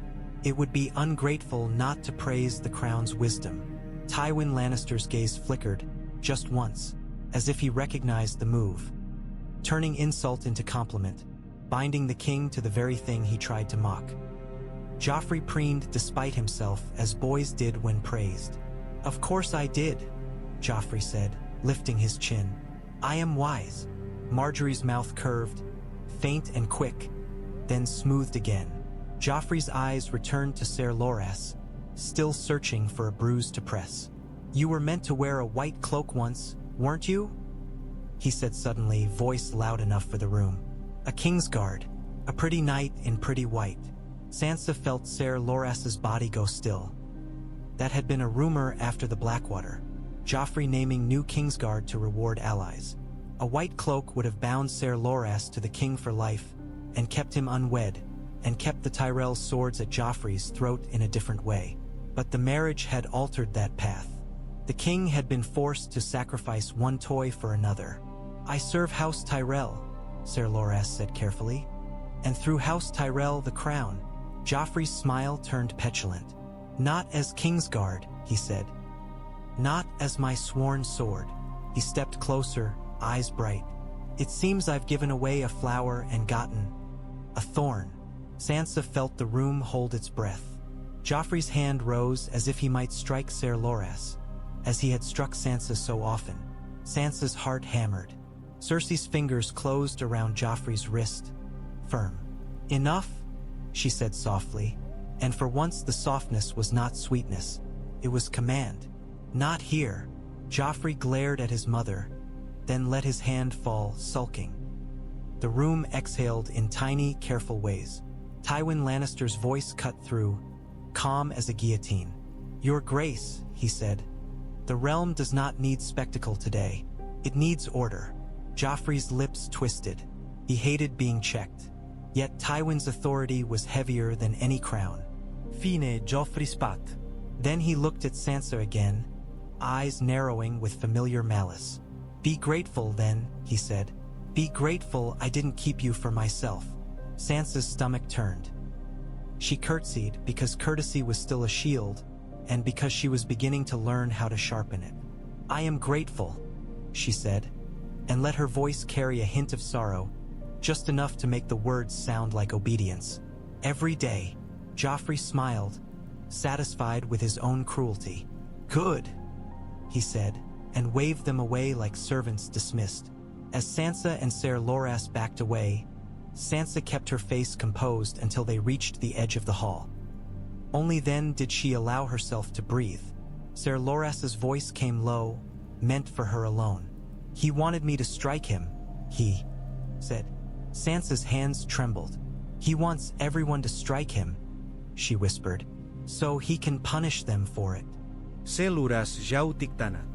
One day, he murmured, and the words sounded like a vow. Someone will not flinch. Sansa did not answer. She could not. She only walked, green cloak brushing stone, and felt the court's eyes follow her with a new kind of interest. They were not looking at a dove anymore. They were looking at a wolf learning to hide among roses. The Red Keep had corridors that were not meant for ladies. Some were narrow passages behind walls, built for servants and spies and those who preferred to move unseen. Some were stairwells that smelled of damp stone and old urine, descending toward the black cells where men forgot their names. Some were simply halls that the court avoided because whispers clung to them like cobwebs. Sansa Stark found herself in one such corridor after the morning court, guided there by a maid who had never spoken her name and would not meet her eyes. The maid had pressed a folded scrap of parchment into Sansa's hand and vanished into the crowd. A single line had been written in careful ink.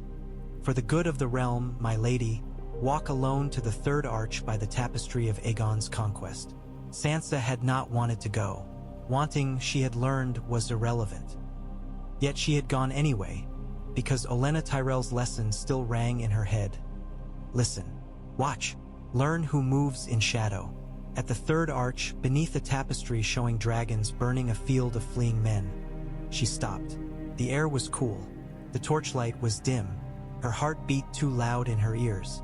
A soft rustle came from the side, and Varys emerged as if the stone itself had given birth to him. "My lady Sansa Stark," he said, voice warm, smile gentle as a lullaby. He wore lavender silk that looked too fine for these damp halls, and yet he seemed entirely at home. "How wonderful to see you walking without chains." Sansa's fingers tightened on her cloak's edge. "What do you want?" she asked, and hated how thin her voice sounded. Varys lifted his hands slightly, palms open. "Only a conversation," he said. "Conversations are safer than swords. Are they not? In this castle?" Sansa asked. "Nothing is safe." Varys's eyes glinted with something like approval. "So wise," he murmured. "Wisdom suits you better than songs." Sansa's cheeks warmed. "I don't have time for riddles," she said. "Then I will be plain," Varys replied, still smiling. "You are now tied to House Tyrell. This changes many things." "It changes what they can do to me," Sansa said, and the words came out sharper than she intended. Varys's smile did not waver. "It changes what they will try," he said. "A fox does not stop hunting because a rabbit puts on a different cloak." Sansa held his gaze. "Are you the fox?" she asked. Varys chuckled softly. "Oh, my lady, I am only a humble servant," he said, as if the words were not absurd. "I serve the realm." The realm. Everyone claimed to serve the realm. Tywin Lannister served the realm by crushing it. Cersei Lannister served the realm by poisoning it. Littlefinger served the realm by setting it on fire to watch it burn. "What does the realm want of me?" Sansa asked, wary. Varys stepped closer, though not close enough to touch. His voice dropped to a softer cadence. "The realm wants peace," he said, "and peace is fragile. It breaks when men like your brother and men like Lord Tywin tug at it from opposite ends." Sansa's throat tightened at the mention of Robb Stark. "My brother fights because your king murdered our father," she said. Varys's eyes softened. Whether from true feeling or practiced performance, Sansa could not tell. "Yes," he said, "a tragedy, a foolish cruelty, the sort of cruelty that multiplies itself until it devours us all." Sansa remembered Joffrey's laughter, his hand striking her face. She believed Varys at least understood cruelty. He had survived it too long not to. Varys glanced down the corridor, where a child in plain wool slipped past carrying a basket, eyes downcast. Another child followed, then another. Little birds, Sansa thought, remembering whispers. Children who served Varys, who listened at keyholes and carried secrets like coins in their pockets. "You have been watched," Varys said, as if reading her thoughts. "All your days here, by the Queen, by the Hand, by men who want to own you, by women who want to use you, And now by those who want to protect you. Sansa's skin prickled. Protect me? She echoed. No one protects for free. Varys's smile sharpened just a fraction. No, he agreed. Protection is always paid for. With obedience. With information. With silence. He produced a small roll of parchment from his sleeve and held it out, not offering it like a gift but like a temptation. This is a list of names, he said softly. Servants in the Queen's household. Men who take coin to look the other way. Women who carry messages. A few of them are in debt. A few of them are cruel. A few of them are simply hungry. Sansa stared at the parchment, not touching it. Why show me?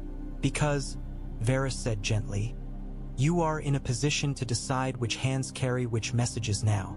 You are no longer alone. And yet you are still vulnerable. Sansa's mouth went dry. You want me to use them, she said. I want you to see them, Varys corrected. To understand that every great lord in this castle believes himself the spider. None of them see the web until it tightens around their throat. Sansa's pulse hammered. Olenna's lessons. Marjorie's bread. Ser Loras Tyrell.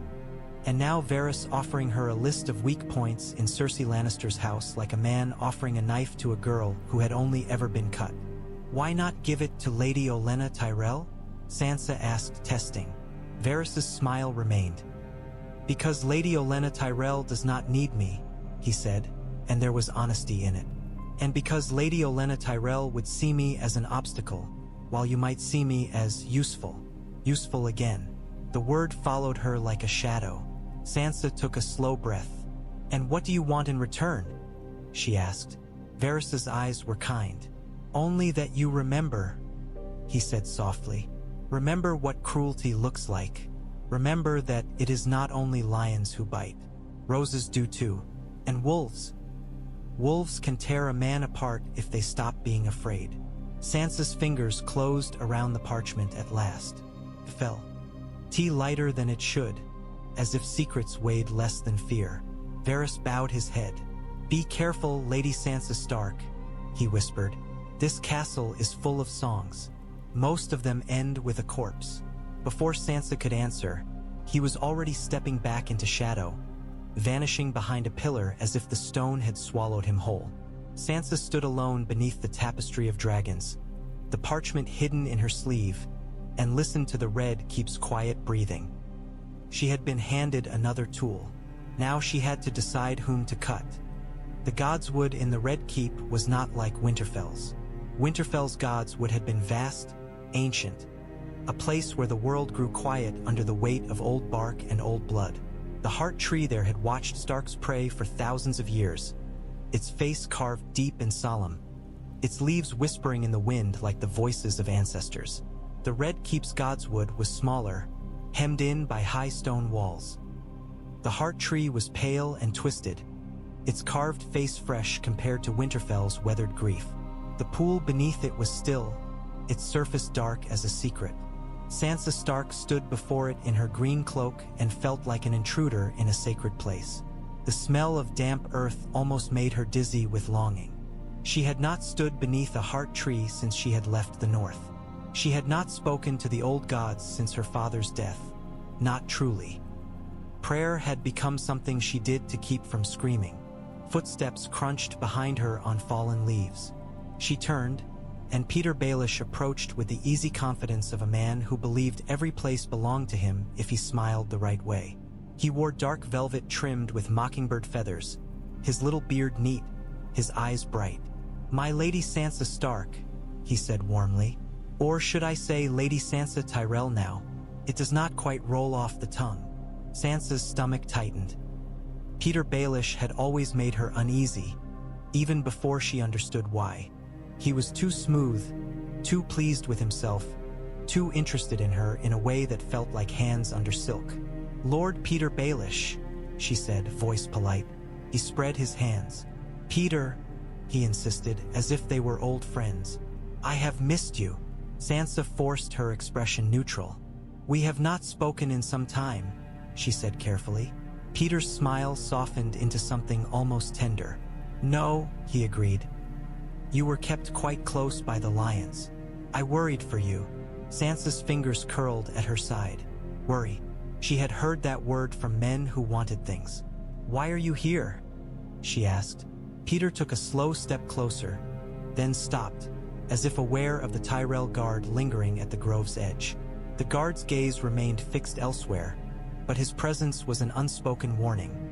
You are not alone with him, and he knows it. I came to congratulate you, Petyr said. A clever match. A strong house. Protection. You have learned quickly. Sansa's mouth felt dry. Protection, she repeated. Yes. Petyr tilted his head. Do you believe it? He asked softly. Sansa stiffened. What do you mean? He moved his hands as if shaping the air. The Tyrells are charming, he said. Generous. Beautiful. Their roses smell sweet. But roses have thorns, Lady Sansa Stark. And gardeners sometimes cut what does not grow the way they wish. Sansa thought of Olenna's sharp eyes, of Marjorie's gentle smile, of bread stamped with a rose. Thorns, yes, but not the kind that struck her face and laughed. They have been kinder than the Lannisters, Sansa said, and made it sound like an observation rather than a confession. Petyr's eyes glinted. Kindness is a costume, he said. It can be put on and taken off. Power is the skin beneath it. Sansa held his gaze. You speak as if you know power, she said.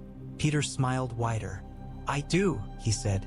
I have climbed it rung by rung, while men like Tywin Lannister were born at the top. They think they own the ladder. They forget that ladders can be kicked. Sansa's heart beat faster. There was something dangerous in how calmly he spoke of kicking ladders, as if entire lives were nothing but steps. You once promised to help me, Sansa said slowly, testing, remembering the day he had offered her kindness in the Godswood and called her mother's eyes beautiful. To take me away. Petyr's gaze softened. Feigned or real, she could not tell. I would have, he said, if you had asked. Sansa's throat tightened. She had asked others. She had begged. She had prayed. None had freed her. And now? She asked. Petyr took another step, just close enough that she could smell the faint spice of his cologne. Now you are married, he said gently, as if stating a sorrow. That complicates things, but complications are my specialty. Sansa's skin crawled. She forced herself to remain still. I do not need saving, she said, and the words felt strange on her tongue. Petyr's smile did not fade, but his eyes sharpened. Everyone needs saving, he murmured. The question is who does the saving, and what price they demand. Sansa looked away to the heart tree's carved face. Its eyes were red, fixed, unblinking. The old gods did not flinch. The old gods did not bargain. What do you want? She asked again, and this time her voice held more steel. Petyr sighed as if disappointed. Only to offer counsel, he said. You are in a nest of vipers. The Tyrells will tell you they are your friends. The Lannisters will tell you they are your masters. Varys will tell you he serves the realm. Everyone will claim to serve something noble. In truth, they serve themselves.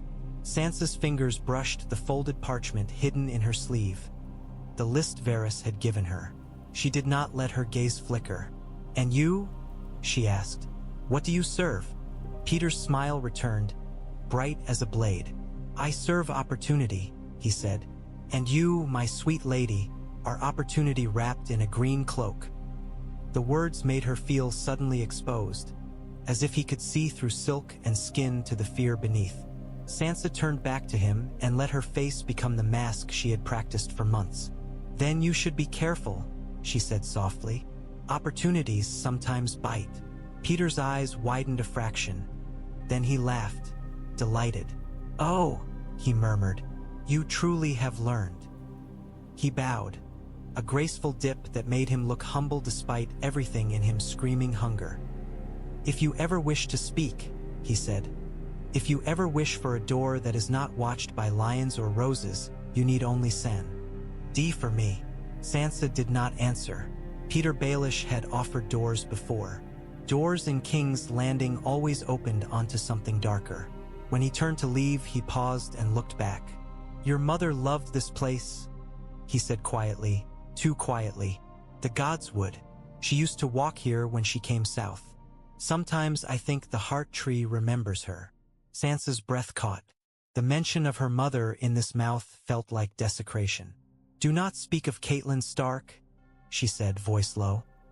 Peter's smile vanished for a heartbeat. Then it returned, smaller. "As you wish," he said, and vanished into the tree's thin shadow. Sansa stood alone beneath the pale heart tree, her hands shaking slightly. The Tyrell guard at the grove's edge shifted, subtle, as if checking she was still whole. Sansa stared at the carved face and thought of Winterfell's vast godswood. She thought of her mother kneeling, of her father's solemn silence, of the old gods' watching eyes. Then she whispered, not to Petyr Baelish, not to Varys, not to Olenna Tyrell, but to the heart tree itself. "Help me remember who I am," she breathed, "and help me learn how to survive who they want me to be." The leaves rustled faintly, a whisper without words. By afternoon, the Red Keep had turned the wedding into sport. Men gathered in the yard to watch Ser Loras Tyrell train, as if training were a performance staged for their amusement. Some came because they admired him. Some came because they wanted to see if marriage had dulled him. Some came because they wanted to see him fail, because the court loved nothing more than watching a beautiful thing crack. Sansa Stark stood on a stone balcony above the yard with Margaery Tyrell at her side. The air smelled of dust and sweat and sun-warmed iron. Below, Ser Loras moved with a practiced sword in his hands. His doublet darkened at the chest with sweat. He fought two men in turn, one a Tyrell knight, one a Crownlands knight in the service of the crown, driving them back with speed and precision that made the watching men murmur approval. He fought like a man who could not afford to be distracted, like a man who had placed all his grief into his arms and made it strike for him. Margaery watched with a practiced smile, but her eyes were sharp. "They think he trains for show," she murmured. "He trains so he does not drown." Sansa's gasas talla 11 luras. "In what?" she asked. Margaery's smile tightened. "In the things he cannot say," she replied. Ser Loras drove his opponent back with a flurry of blows that ended in a hard strike to the man's ribs. The knight grunted and stumbled. Loras stepped back at once, offering a hand to help him up, polite even in dominance. The crowd laughed, impressed. Men liked to see strength wrapped in courtesy. It made them feel safe. Sansa's fingers curled around the balcony's stone. She could see how controlled Ser Loras was, how he kept his face composed, how he did not let his temper flare even when a Crownlands knight muttered something too crude about husbands and beds. Loras's jaw tightened, but he kept moving, kept training, kept swallowing whatever rage might have risen. "Does it bother him?" Sansa asked softly. "The things they say." Margaery's gaze flicked to her. "It would bother anyone," she said. "But men are allowed anger. Women are punished for it. Loras has learned to hide it in steel. You must learn to hide yours in silk." Sansa swallowed. Silk. Words. Smiles. She had practiced those weapons. She had never been taught to aim them. Below, Ser Loras paused to wipe sweat from his brow. For a moment he glanced up, and his gaze found Sansa. Something passed between them. An acknowledgement, a question, a warning. Sansa inclined her head. A tiny nod. "I see you," it said. "I am here." Ser Loras's mouth tightened, then softened, just barely. He returned to his practice, moving again like a blade drawn from a sheath. Margaery leaned on the balcony, her voice low. "He is loyal," she said, "sometimes too loyal, to vows, to memories. He loved Renly Baratheon so fiercely it nearly killed him." Sansa's throat tightened at the name. Renly's death had been spoken of like scandal. Here on Margaery's lips it sounded. "D like grief. Did you love him too?" Sansa asked, then immediately wished she had not. Margaery's eyes did not flicker. "He would have been a kinder king than Joffrey Baratheon," she said, and that was answer enough. "We all make peace with ghosts in our own way." Sansa watched Ser Loras strike, strike, as if driving his sword through a shadow only he could see. She thought of her own ghosts, her father, Winterfell, the girl who had once believed in songs. She wondered what weapon she would use to make peace with them. A cheer rose as Ser Loras disarmed his final opponent with a swift twist and sent the practiced sword flying into dust. The knight laughed and bowed. Ser Loras bowed back. The crowd began to disperse, satisfied. Men had seen what they wanted. The Knight of Flowers still sharp, still beautiful, still entertaining. As they left, Sansa noticed the way some Lannister men watched with narrowed eyes, as if measuring him for weakness.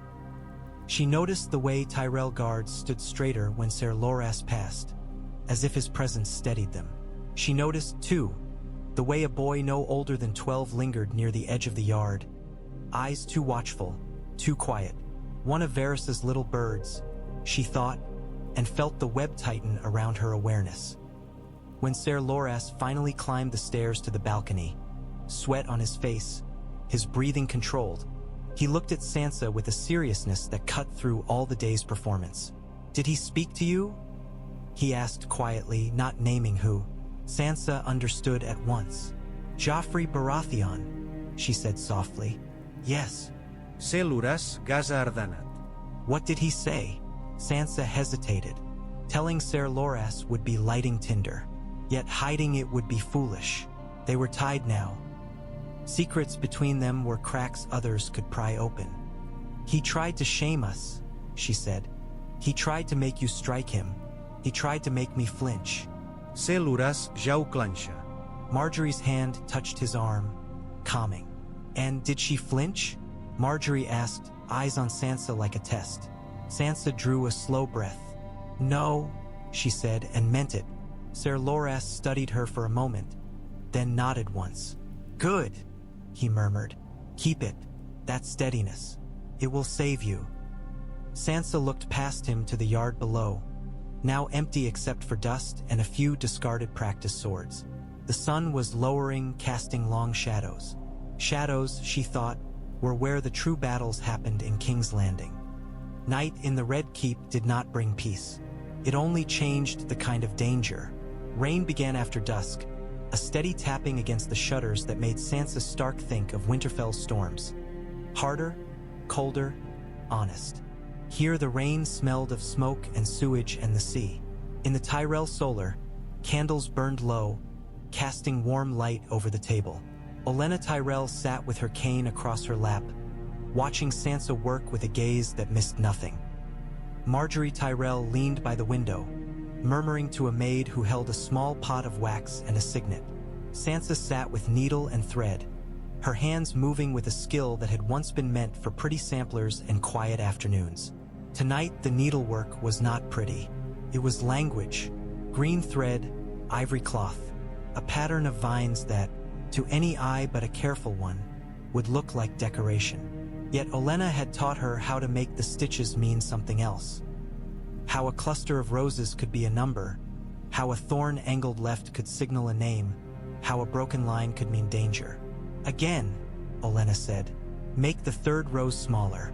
If you make it too large, it reads as 10 instead of 4. Sansa's fingers tightened around the needle. "4, she murmured, adjusting the stitch. "For wagons from the Mander delayed at the gate." Olenna nodded, satisfied. "Yes," she said. "Now you speak like a steward instead of a singer." Marjorie turned from the window, her voice soft. "And like a queen," she added. Sansa's cheeks warmed. She did not feel like a queen. She felt like a girl learning to write with her blood. On the table lay Varys's parchment list, folded and weighed down by a candle holder. Sansa had shown it to Olenna that evening, after much hesitation, and Olenna had not been surprised. "Varys gives gifts the way men toss scraps to dogs," Olenna had said, lips curling. "Not to be kind, to see which teeth bite." "And what are you?" Sansa had asked before she could stop herself. "A woman who tosses scraps?" Olenna had laughed. "I toss feasts," she had replied. "Scraps are beneath me." Now Olenna watched Sansa stitch and said, "Did he warn you about roses?" "Yes," Sansa admitted. He said roses bite. They do, Olenna said, eyes gleaming. But at least you know where the thorns are, if you hold the rose yourself. Sansa pushed the needle through, pulled the thread tight. Her hands ached. The pain felt good in a way, something real, something she controlled. Marjorie moved closer and lowered her voice. The faith is restless, she said. Septa Amare says the High Septon has been asking after the crown's debts again. Olenna snorted. Of course he has, she said. The faith loves coin almost as much as it loves pretending not to. Sansa's eyes flicked up. Can they use that? She asked. Olenna's smile turned sharp. We can, she said. Not yet, but soon. A boy king and a queen mother who hoards bread while the Septs beg. Those are the sort of stories that grow teeth. Marjorie held OU. A small letter already folded. This goes to Highgarden, she said. To Willis Tyrell. Sansa's chest tightened at the name. Willis, the heir, the brother she had never met, the man she might have been married to in another path. The thought made her feel unsteady, like standing on a bridge over rushing water. What will he do? Sansa asked. He will read, Marjorie said simply. He will plan. He is not as visible as Ser Loras Tyrell, but he is not weak. Do not mistake a man's limp for a limp mind. Olenna's gaze slid to Sansa. And Garland Tyrell will be told as well, she said. A good sword is useful, even when we do not swing it yet. Sansa glanced toward the raven cage near the window. The bird within watched them with black, unblinking eyes, its feathers sleek. It looked like a piece of night given shape. Do you think Tywin Lannister watches the ravens? Sansa asked quietly. Olenna's mouth curled. Tywin Lannister watches everything, she said. But even Tywin cannot watch every wing in the sky. Marjorie dipped her signet into wax and pressed it to the letter, sealing it with the rose of House Tyrell. The wax shone, dark and glossy. Sansa's stitching slowed. If he discovers we are, she began. Plotting, Olenna supplied, amused. Sansa flushed. If he discovers, she said stubbornly. What happens? Olenna's eyes were bright in the candlelight. Then we smile, she said. We weep. We protest innocence. We say we only wish to feed the city, to serve the realm, to honor the crown. We make him look like a brute for suspecting us. And while he fumes, we continue. Sansa swallowed. And if he does more than suspect, she said, thinking of dungeons and blades. Olenna's smile did not fade. Then we remind him, she said softly, that the Reach can starve King's Landing until the Iron Throne is nothing but a chair of rusty swords. The words made Sansa's skin prickle. Hunger as a weapon, bread as a blade. This was Highgarden's war. Sansa finished the last stitch and held up the cloth. It was only embroidery, only flowers, only pretty vines. Yet within it was a message. Delays, names, routes, weaknesses. The language of power hidden beneath the language of women. Olenna took the cloth, inspected it, nodded. Good, she said. Now wrap the letter in it. If anyone looks, they will see a lady's handiwork. Men see what they expect. Marjorie opened the raven cage. The bird shifted, restless. The rain tapped harder against the window. Sansa wrapped the letter carefully in the embroidered cloth, tied it with green ribbon. Marjorie held it out, and Sansa placed it into the raven's harness. For a heartbeat, Sansa hesitated, her fingers on the bird's sleek feathers. She thought of messages sent north that never arrived. She thought of her brother, her mother, Arya, Bran, names that felt like prayers. Go, she whispered, not sure if she spoke to the raven or to the hope inside herself. Marjorie released the bird, beat its wings NCE twice, then vanished into the rain-dark night. Sansa watched until the sky swallowed it. Olenna's voice came, quiet and satisfied. Good, she said. Now the garden grows beyond these walls. Sansa sat back, her hands aching, and felt something settle in her chest like a stone placed into a foundation. This was not a song. This was not a dream of love and lemon cakes. This was building. And building, Sansa thought, was how houses survived fire. 2 nights after the wedding, Sansa Stark found herself behind a carved screen again, listening to men decide the shape of the world. The Tower of the Hand was quieter at night. The corridors emptied of courtiers and filled instead with the steady tread of guards. The air smelled of candle wax and old parchment. In the solar beyond the screen, the small council sat around its table like ravens around a corpse. Tywin Lannister's voice was calm, precise. "The city must be provisioned," he said. "If the small folk riot again, we will have chaos in the streets while the war continues." Mace Tyrell chuckled, as if provisioning were an amusing topic. "Of course," he said. "House Tyrell has already arranged shipments. The bread will be plentiful." Cersei Lannister's voice snapped like a whip. "Plentiful," she said, "and stamped with your rose. A pretty little mark to remind them who truly rules." "Who feeds?" Mace corrected, smiling fatly. "The people will bless the hand that gives them bread. The people will bless anyone who does not let them starve," Tywin said, and the flatness of it made Sansa shiver. "That is why they must not starve." Varys's soft voice drifted through. "The small folk speak of Lady Margaery Tyrell with affection," he said. "They call her the Little Queen already." Cersei's chair scraped against stone. "They will call her what I permit," she hissed. Petyr Baelish sighed theatrically. "If we could simply tax affection," he mused, "the crown might finally pay its debts." A silence fell. Sansa could almost hear the weight of the word debts settling on the table. Tywin's voice cut through it. "Coin," he said. "How much remains in the royal coffers?" Kevan Lannister answered, steady. "Less than we like," he said. "More than we deserve." Mace Tyrell waved a hand. "House Tyrell can provide loans," he offered readily. "We are not without coin. The reach prospers." Cersei's laugh was sharp and ugly. "Loans," she said. "So you can hold the crown by the purse. Better by the purse than by the throat." Olenna Tyrell's voice said from the doorway, dry as dust. Sansa's pulse jumped. She had not heard Olenna enter. Of course she hadn't. Olenna Tyrell moved like a cat when she wished. Olenna rolled into the room without waiting to be invited, as if the council table were simply another garden path. She smiled at Tywin with the casual insolence of someone who knew her worth. "Lady Olenna Tyrell," Tywin said, not rising. "Lord Tywin Lannister," Olenna replied, and did not bow.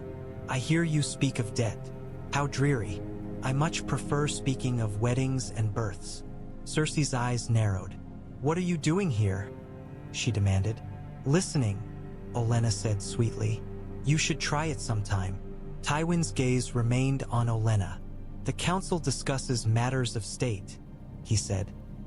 "And I am a matter of state now," Olenna said, eyes gleaming. "My granddaughter will be queen. My grandson is wed to Sansa Stark. My house's grain keeps you, our city from eating itself. If you discuss state without me, you discuss it badly." Mace Tyrell beamed, pleased to have his mother do the unpleasant work for him. Petyr Baelish smiled faintly, amused. Varys watched Olenna with careful interest, as if noting a shift in the web. Sansa, behind the screen, felt her breath steady. Olenna Tyrell was doing what she always did, walking into rooms that were not meant for her and daring men to object. Tywin did not object, not openly. He simply continued because Tywin Lannister knew when to accept a piece on the board because fighting it would cost too much. "We require stability," Tywin said, "in the city and in the realm. Food will be distributed through the crown's channels." Olenna's laugh was soft. "Through the queen's fingers, you mean?" she said. "How generous of you to entrust starving people's bread to a woman who thinks hoarding is virtue." Cersei's face flushed. "You insolent!" Tywin raised a hand, silencing her with the ease of long practice. "We will distribute through the City Watch," he said instead. Sansa's mind raced. The City Watch, gold cloaks bought and sold by coin, their loyalty uncertain. A dangerous choice. Petyr Baelish leaned forward, eyes bright. "Ah," he said smoothly. "The City Watch, A fine institution. Very flexible. Tywin's gaze flicked to him like a blade. You will not speak, he said, and Petyr's smile did not falter, though he leaned back. Olenna's cane tapped the stone once. No, she said, not the gold cloaks. We will distribute through septs and market squares, in the open with Tyrell wagons and Tyrell men. If anyone steals, the small folk will see who steals. If anyone hoards, the small folk will know who hoards. Cersei's eyes narrowed. So you can turn them against the crown. Olenna's smile was sharp. So you can avoid turning them against you, she corrected. You should be grateful. I am saving your skin from their teeth. Tywin's voice was cold. The crown cannot appear weak, he said. Olenna's gaze held his. Then do not be weak, she said simply. Accept help without sulking. Rule with bread instead of fear for once. And perhaps you will not need to kill so many people to keep your chair. A heavy silence fell.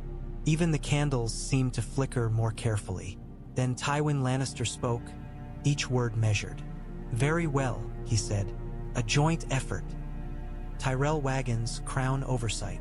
Olenna's smile turned satisfied. Splendid, she said. We will feed them, and you will pretend it was your idea. Mace Tyrell laughed loudly, delighted. Cersei's mouth tightened, fury held behind her teeth.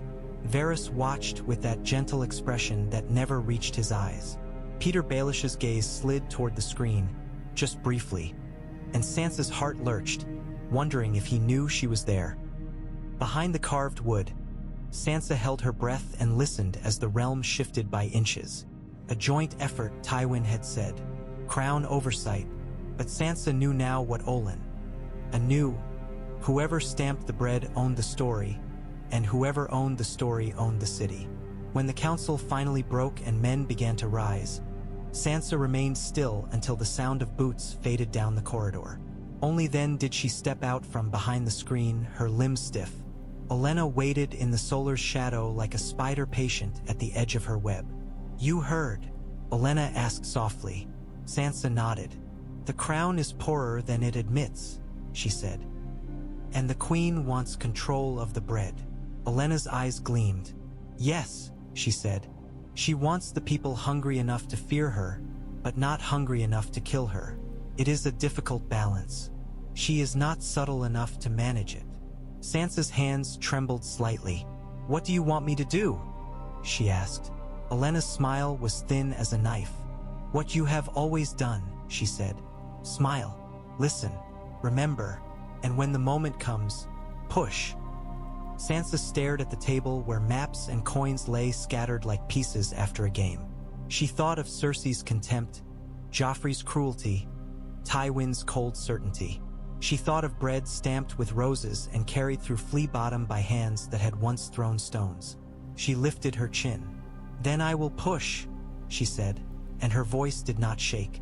Olenna Tyrell's smile widened, pleased and dangerous. Good, she murmured. Let the lions sleep. We will build the garden around them until they wake and find there is no room to breathe.